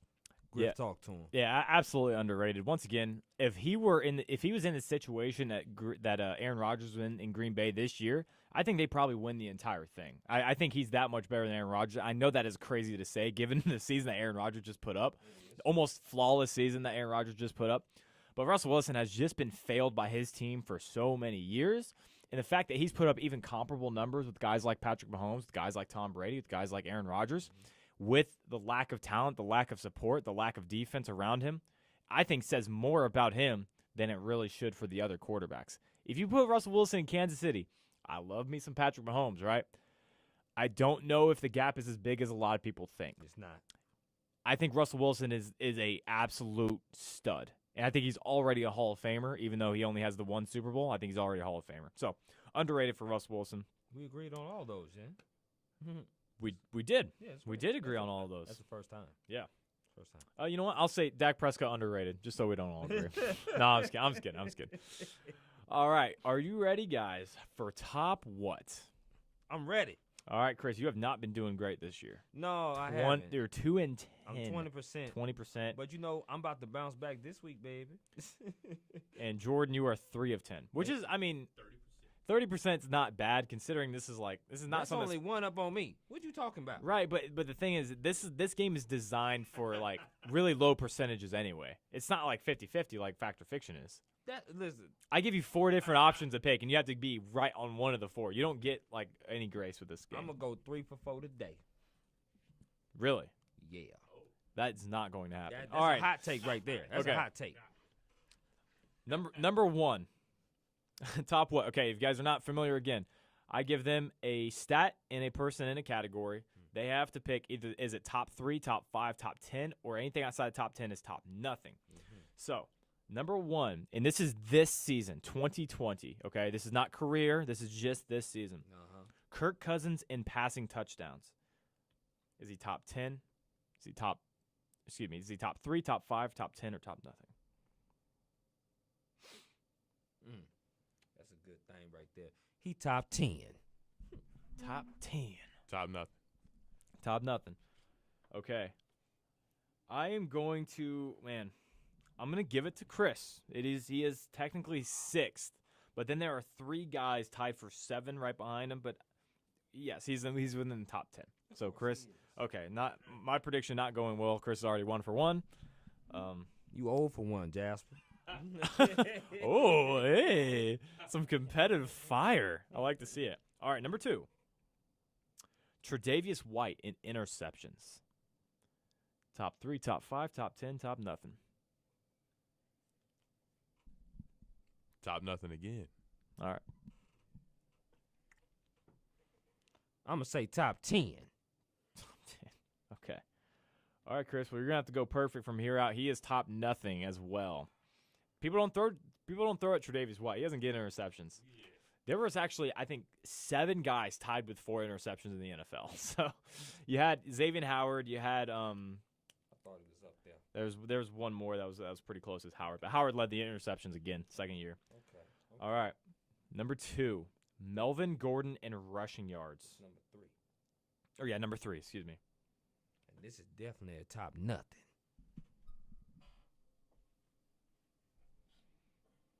Top 10.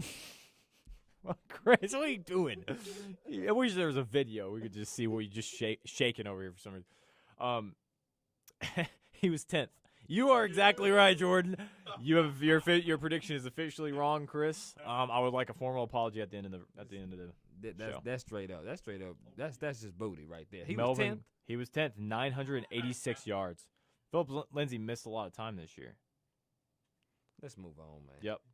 Don't make no sense. Do you want to guess who was 2nd and 3rd this year in rushing? 2nd and 3rd, you said? Yeah. Lamar Jackson. No. Jordan, you want to guess?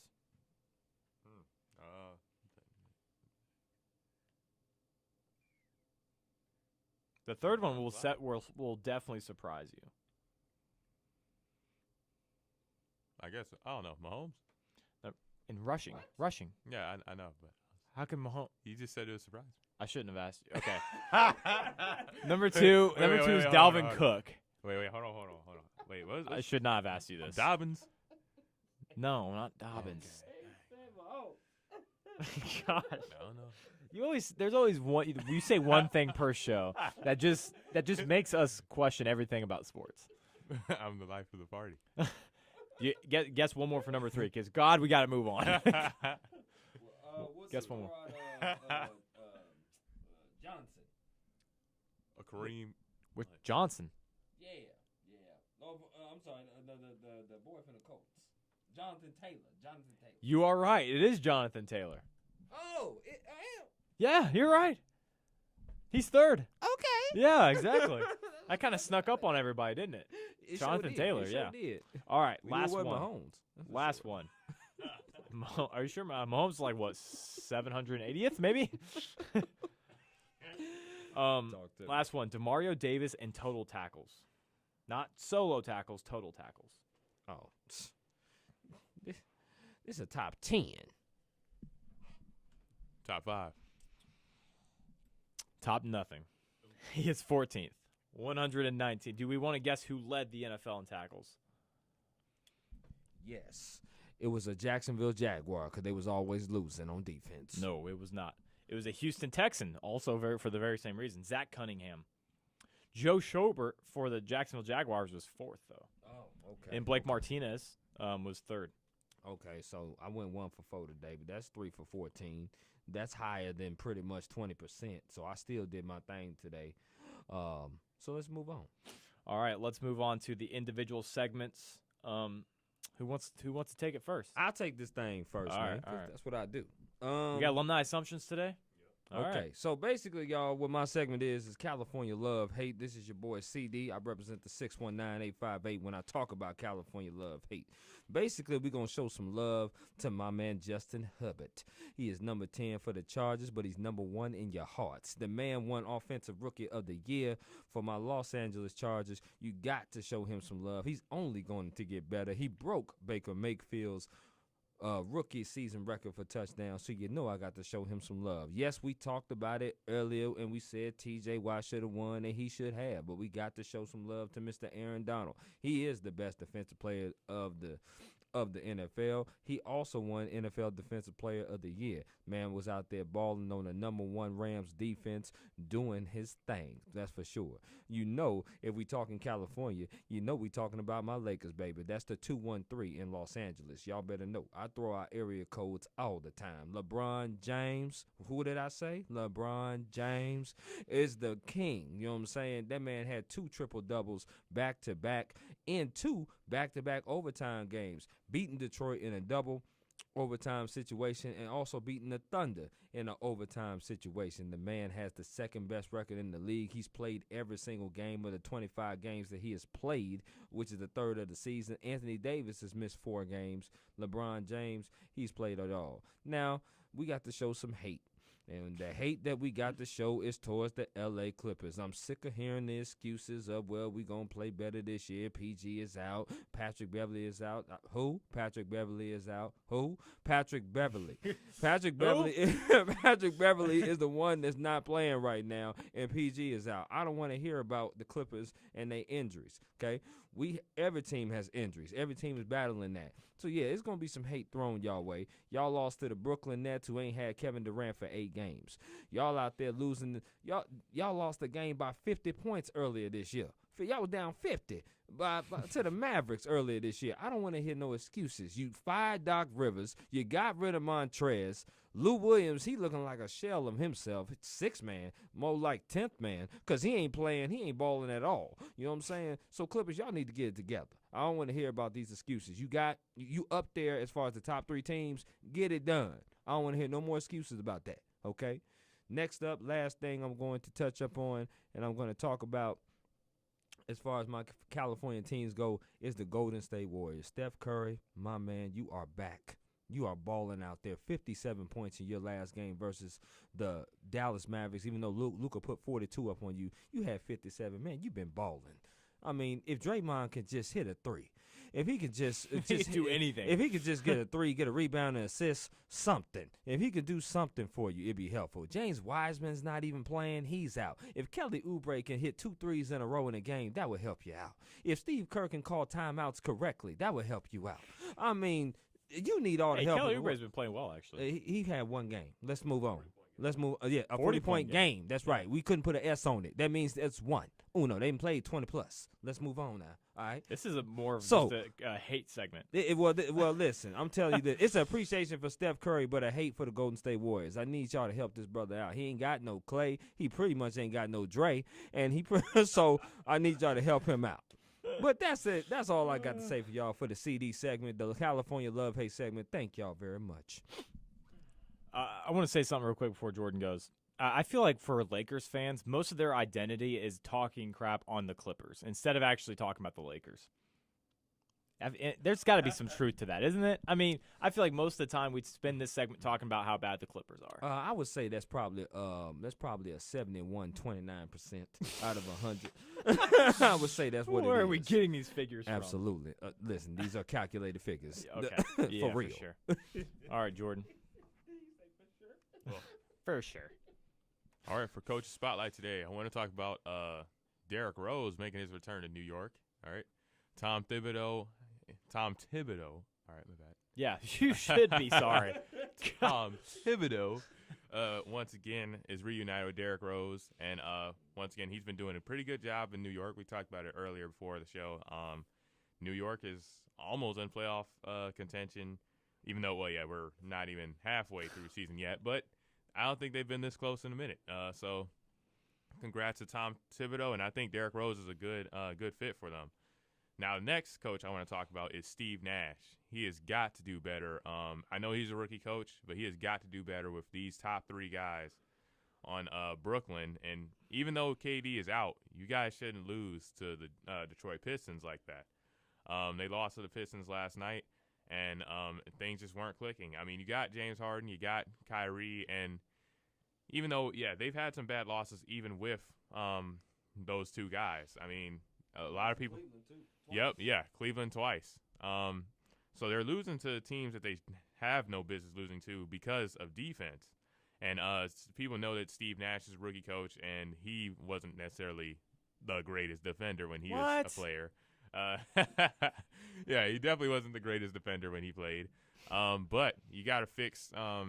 There's some things you got to do to. You got to motivate them and hold them accountable for playing defense, because basketball. Well, I mean, they've tried to eliminate defense from the game, but you still have to win on the defensive side as well. You guys can't outscore every single team.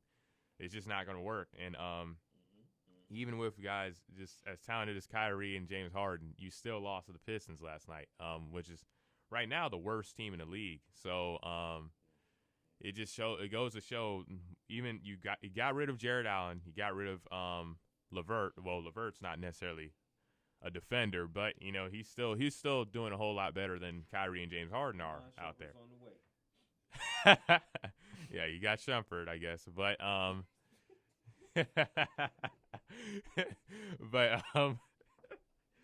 but yeah, you gotta pull it together, guys. Come on. Since they got rid of the pieces to get James Harden, you have to make these guys play defense. KD was a pretty good defender back in Golden State because Draymond motivated him to play defense. Because before, back in Oklahoma, KD, he was getting scored on. KD is still one of the greatest scorers we'll ever see, but he was not a good defender until he touched Golden State. And that's got to transition here. I don't know with the Achilles if he still has. He still showed that he's recovered pretty well. I don't know about lateral quickness on defense, but as far as Kyrie and James Harden, they have to be held accountable for playing defense as well. They can't just be out here dropping 30 and dropping triple doubles, things like that, 15 assists, and then on the defensive side just look confused. And then last thing I want to talk about is Andy Reid's decision before halftime. This is something I didn't cover in the Super Bowl, but I want to know what you guys thought about it. I thought it was bad for Andy Reid to call that timeout with like 45 seconds left to go in the half, because that was when you gave Tom Brady enough time to score that next touchdown right before the half. Yeah, I understand, but at the same time, you don't anticipate a horrible flag that results in 50 yards on that play as well. That pretty much hands them a touchdown. If the Chiefs get it back and they have 2 timeouts to work with and they have 45 seconds on a good field and a good field position, at least go get some points. I love the decision. I would do it every single time. He's done it throughout the season, so I don't think the Super Bowl should be any different personally. But yeah, I just felt, given the circumstances, like how you were getting beat. Clearly, it didn't work, right? Because the pass interference did happen, they did score, but it was just unfortunate. You can criticize that because there's 2 different schools of thought, but I like the way he did it, but I can see the other way as well. Okay. What about you, Chris? Well, to me, I was like, okay, if you get a stop there, then you can get the ball back, because like Griff was saying, you don't anticipate a call like that. We knew Brady would take a shot because that's what he does. That's his MO. But at the same time, the Chiefs had all 3 of their timeouts, so it's like if you get a stop, you can get the ball back and possibly put 3 on the board. And instead of it being a 21-6 game, it could be a 14-9 or 14-13 game. It can be closer than that. You have to play aggressive and be aggressive in the Super Bowl, because this is it. This is the last game. And especially getting the ball back at halftime, it's like it's double dipping pretty much. So I thought it was, but of course, I mean, you could be right. It didn't work out. So confirmation bias, but yeah, you were right in the end. No. So. And that'll do it for Coach's Spotlight. All right, I'm going to be quick. We got a couple of minutes here. MMA moment. If you guys watched last Saturday, Corey Sandhagen went ahead and just knocked out my boy Frankie Edgar within 30 seconds, I believe, a flying knee. We've never seen Frankie Edgar knocked out quite like that. It was kind of hard to watch, to be honest. But then right afterward, outside of the tears I cried for Frankie, I love Frankie Edgar. Everyone does. He's the most beloved guy in the sport. I thought, how good is Aljamain Sterling? He went in and he dominated Corey Sandhagen last time out. within 2 minutes, just got a takedown, took his back, and choked him out. He put him out to sleep. He put Corey Sandhagen to sleep. Wow. And if Corey Sandhagen has murdered Marlon Moraes and then went ahead and killed Frankie Edgar, how good does that make Aljamain Sterling, who is now fighting Peter Yan next month? Peter Yan? Yeah. Oh, okay. Yeah, Yan versus Sterling. It's been in the works for a while now. Yeah. So, okay. I have to favor Sterling in that fight. Sterling's a good striker. Yan is a great striker. But I just don't see Yan as a sustainable champion in the bantamweight division, especially with how many killers there are at 135. And then the other thing, you had Ariel Helwani. He had an interview with Nate Diaz. It was his first interview in the last 2 years. The first time he's talked to media in the last 2 years. And he takes his time. He calls out Dustin Poirier. He calls out Charles Oliveira, says he wants to fight one of those two for his next fight. Let me ask Nate Diaz, who do you think you are? You are not nearly good enough to fight either one. Your last fight, you got stomped by Jorge Masvidal at welterweight. And yet you want to fight Dustin Poirier and Charles Oliveira at welterweight, even though they're both lightweights and they're both they're either in title limiting fights or title fights. That sounds stupid. Yet Nate Diaz thinks he's the guy he's the money fight. And listen, you're going to make some more money if Nate Diaz is fighting you. But you're going to want the title as well. And you do not deserve even close to a title eliminator or a title shot, Nate Diaz. And you want to fight at welterweight. Come back down the lightweight where you belong. You do not have enough power. You're not good enough to fight at welterweight right now. You're too skinny. You've never won. You've never won at welterweight. You've never been able to fight at that weight. Go back down the lightweight, and you're gonna get licked. You're gonna lose some. You're probably gonna end up getting a title eliminator because you are Nate Diaz and you get that name recognition. But you are in no position to call out Dustin Poirier, especially, or Charles Oliveira. He ain't. Both those guys would absolutely destroy Nate Diaz. Slap the head off of him. Nate Diaz, he's not getting any younger. Nate Diaz is now on the backside of his career and has been for the last couple of years. So he need that clout, though. That's why he called him out. Exactly. So Nate Diaz, just go get your trilogy fight with McGregor and hang him up. We know that's what you want to do. We know you want that money, you want that payday, and you want to go out. That's it. So just do that. I don't want to hear about you talking about Oliveira and Poirier. I like that. All right. Alumni assumptions. We are officially back on time. Jordan. Is that it? Okay. That's it for me. All right. Yeah. I am one short today. You have 9? Yep. Are you serious? But I got like a little theme, you know what I mean? All right. What's a little theme? What's a little theme? It's basically NBA, but I got some throwback players in there too. All right. So it's not really an order, but yeah, it's throwback and new players mixed in. The last 2 weeks, you've been really good with these. You've been great. Got to give you credit, man.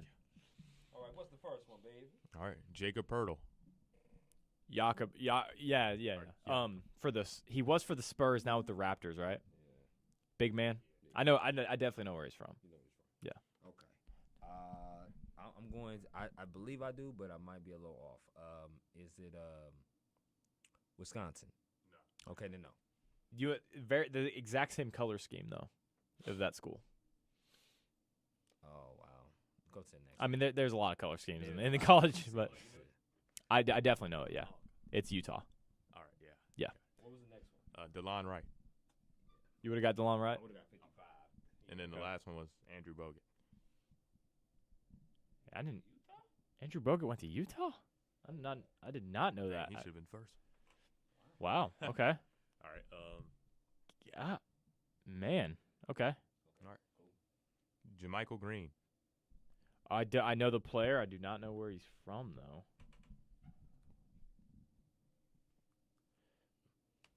I'm gonna say Michigan State. Oh, you know what? That was actually gonna be my guess as well. If it's not Michigan State, I don't know. Yeah, I don't know. Go to the next. All right, this one's a throwback. Latrell Sprewell.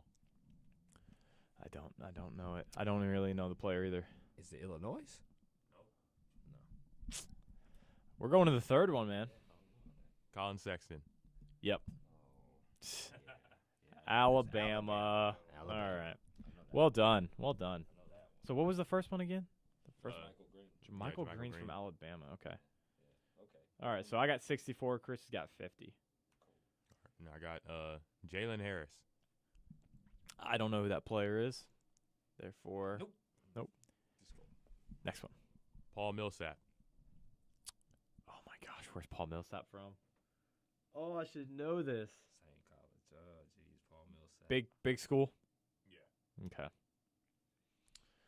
Man, I feel like a bozo, man. Yeah, I cannot believe I don't know Paul Millsap. Let's go to more. Oh yeah, y'all probably gonna get this one. Karl Malone. This is it Louisiana Tech? Yeah. Okay. Oh.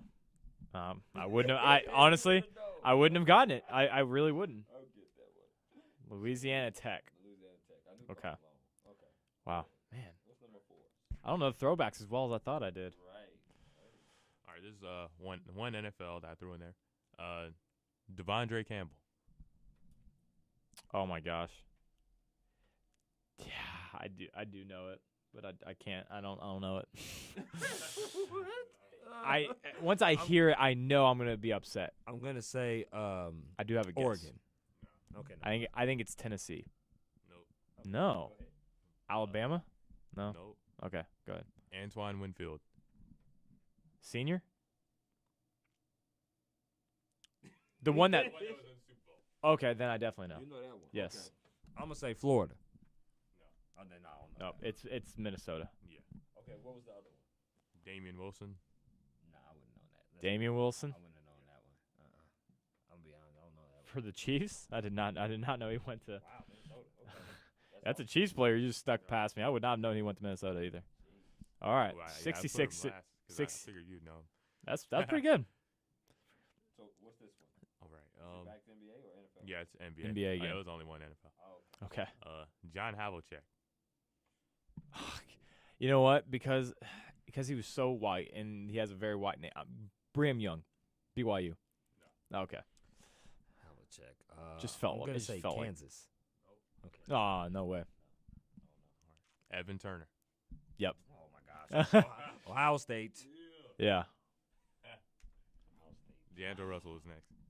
Okay. Wow, I didn't know Havlicek went to Ohio State. That's weird. I don't associate like old school anything with Ohio State. Wow. Yeah. So okay. All 68-54. right, let me see. Oh yeah, Alan Crabb. Yep. I got it. Yep. That's the 3-point shooter. I think is he still with the Hawks? I don't know. I don't think so. Is it Memphis? No, I don't know it. I definitely know it. Jaylen Brown. Jaylen Brown. Yeah, for the Celtics. Oh, you talking about the Celtics? Jaylen Brown. Okay, yeah, that's California. Yep. It's California. I knew that. Good old Cal. 71. Last one was Jason Kidd. Okay, he went to Cal. Wow, I didn't know that. He did. I am bad. I guess I'm bad with throwback players. I haven't gotten a single one of them. I did not know Jace Kidd went to Cal. So how many we got? Like two more? Two more left? Let me see. We got 3 more. 3 more. Okay. All right, Jonathan Simmons. He used to play for the Spurs and the Magic. Oh man, I definitely know the player. Wait, he's not in the league anymore? I don't even know. I think he might be in G League now. Dang, man. He was pretty good though. Oh, I can't look it up yet. I'm gonna say Texas. Ooh, you're close. Texas Tech. Nope. Ah. Okay, then Baylor. UTEP. Nope. Okay. Okay, I don't know that. How'd you get? If you were close, how'd you go to UTEP? I thought it was Texas. It is, but that's like a really small school. I think. Wait. Yeah. Yeah. It is a Texas school. Okay. Number 2. Damian Dotson. I barely know who that is, but I do. Oh, Hakeem Olajuwon. Oh my gosh. Houston. Africa. I was kidding. Houston. Remember I said that? I was like, you got drafted out of Africa. Like I thought you went straight from the country. I remember that. Yeah. Like, what? Yeah. He got drafted out of Africa. No, he did not.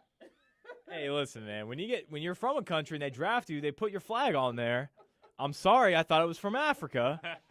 I was confused. I remember that. I'm sorry. That's funny. Gosh, 72-57. That was okay. So what were so Jonathan Simmons, DeMar Dotson, Damian Dotson. Damian Dotson. Okay. Last one. Oh, we got 2 more. 2 more. Yep. Cody Zeller. Yeah. UNC. No. No. They, Cody the Zellers did not go to the same school. That's Tyler. Cody's much balder and uglier. Cody Zeller. Probably better. Definitely better, actually. I would say Michigan State then. If not, then I don't know. Nope. I don't know. Which one? Kind of close. Thomas Bryant. That sounds like Michigan. Nope. Nope. I don't know that. Larry Bird. Indiana State Whoa. University? Whoa, wait. No, he didn't go. No, that's not right. He did? Well, Larry Bird went to Indiana State, Yeah. but that's not the school. The school's Indiana. Oh, okay, yeah, I got you. And then, so like the number one would be like Isaiah Thomas.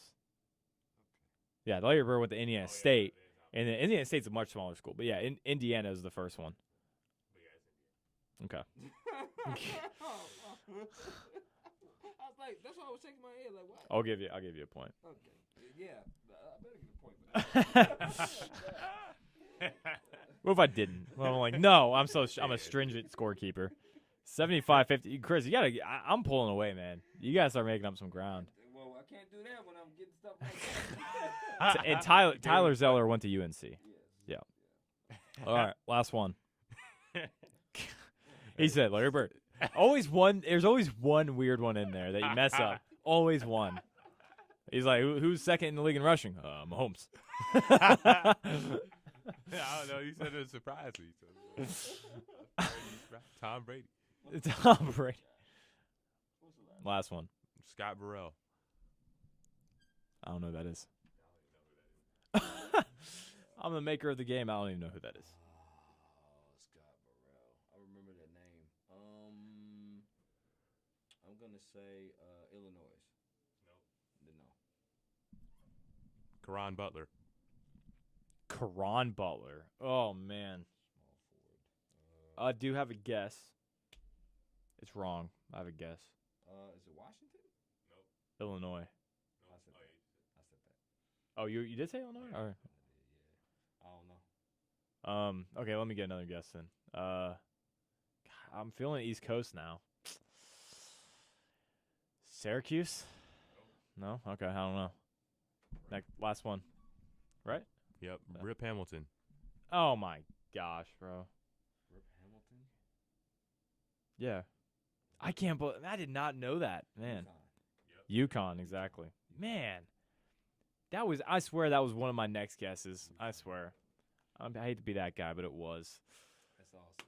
Very well done, Jordan. I got, again, another round of applause, man. The last 3 weeks, you have been stellar. These have been even better than when Jacob was doing them, personally. Like, these have been really tough. No question. If we both have to go to one, and we did like 3 or 4 times in that one, that was pretty dang good, man. That was interesting. So keep up the good work. Larry Bird went to Indiana State, though. Just so we're clear. I knew he went to Indiana State, and I was like, I don't think we'll ever be able to have an Indiana State one on there because I don't think there's 3 players of any sport that have ever been from Indiana State. So we'll just put Oladipo in there. Another thing to help you out, you can do the throwbacks. You can also mix sports within the same one. So like 3. So like you could do football, baseball, basketball if you wanted. Baseball we would not know, but basketball and football you can mix them up in there. So, all right, we are in our last segment. 8 minutes left on the show.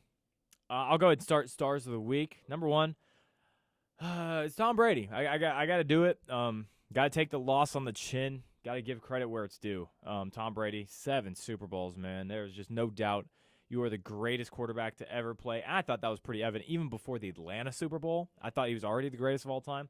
So he's had 3 titles since then. So he had the Atlanta, he had the Rams, and he had this one. Just outstanding. Number 2 for me, Alistair Overeem. I know you're thinking he got demolished on Saturday, and he did. But he's probably not going to have another one of those title runs. He's so old at this point. The whole USADA thing has really messed with him a little bit. But he is just one of the greatest heavyweights of all time. He's never won a UFC belt, but man, he has been around the fight game for so long. He's just when you talk about the heavyweights of pride, of kickboxing, of all of these combat sports, Alistair Overeem's name comes up all of the time. And again, I know he lost, but this is a star of the week for me. This guy's a legend. I don't know if he's going to be a UFC Hall of Famer, but he's going to be a combat sports Hall of Famer undoubtedly. Just one of the greatest to ever do it at heavyweight. And then Steph Curry. Again, got to give credit where credit's due, man. 57 against the Mavericks in only 37 minutes. And, man, he has 30 points. He's scoring 30 points per game on this season, and the Warriors look like a legitimate team right now, even with just Steph Curry. They're in the playoff contention right now in the West, which is tough to be in, especially with the amount of really good teams that are out there in the West compared to the East. So I got Steph Curry as my star of the week. He's just gonna keep balling, man. I might be wrong about the Warriors in saying that they're not a playoff team without Klay. They might be a playoff team without Klay, man. I might be wrong. I'll have to wait on that. But yeah. All right. Who's next? All right. Gordon Hayward. He left the Celtics last season, and a lot of people wrote him off after injury. Yeah. But he's still not Utah Gordon Hayward, but he's still doing his thing in Charlotte along with LaMelo Ball. So I gotta give him stars of the week. And also I give Joel Embiid props. I think he is the other MVP candidate besides LeBron James. Yeah. He is having a fantastic year, getting in the basket, getting in the post, scoring buckets. If LeBron doesn't win MVP, I think Joel Embiid will probably more likely be the reason why. And also my last one will be Gronkowski getting those 2 touchdowns in the Super Bowl and running it back with his boy Tom Brady. Bring us home. As I normally do, your boy CD back on the mic talking stars of the week. The first star of the week is we got to give props to the whole Tampa Bay Buccaneers defense. That defense had 29 hurries. Over 80+% they played in the cover 2, not giving up nothing deep.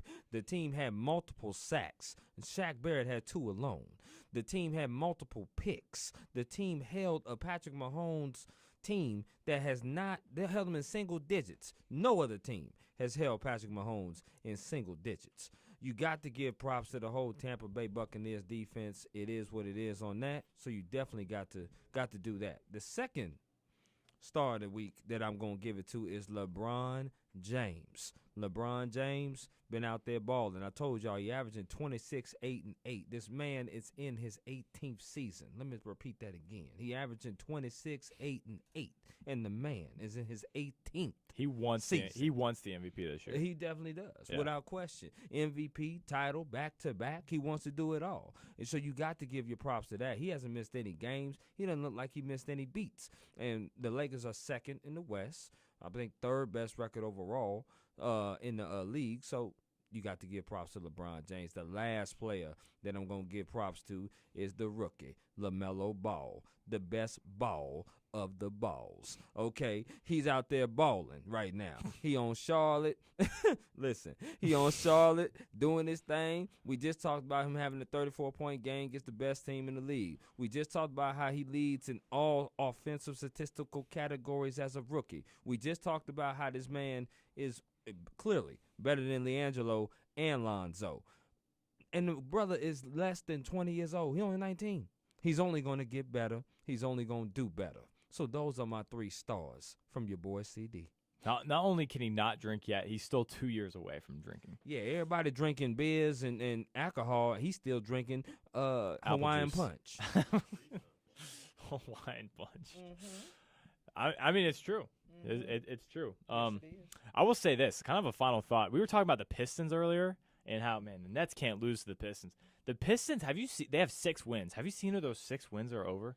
One of them was the Nets. It's over like the Nets, the Celtics. They beat only really good teams this year. And they took the Lakers to double OT. They did. Can you believe LeBron is not load managing at all this year? He wants that MVP. He played almost 40 minutes last night. He did. But, he has averaged at 34, 35. We wanted to be at 31, 32. I placed the call so they can get down to that 31, that 32, because that's where he's perfect at. If we can get him that, we'll be absolutely fine. But you're absolutely right about the Pistons. The Pistons have beat some very good teams. And not only did they beat the good teams, but they beat them without their best player in Blake Griffin.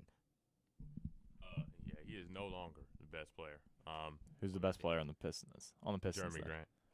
Jeremy. Okay, that's that. You Blake know Griffin what? That's put up actually a good point. Yeah, he only put up like 12 points a game this year. I mean, Jeremy Grant? No, Blake. Oh, okay, yeah. Yeah. Okay. Jeremy Isn't he playing injured?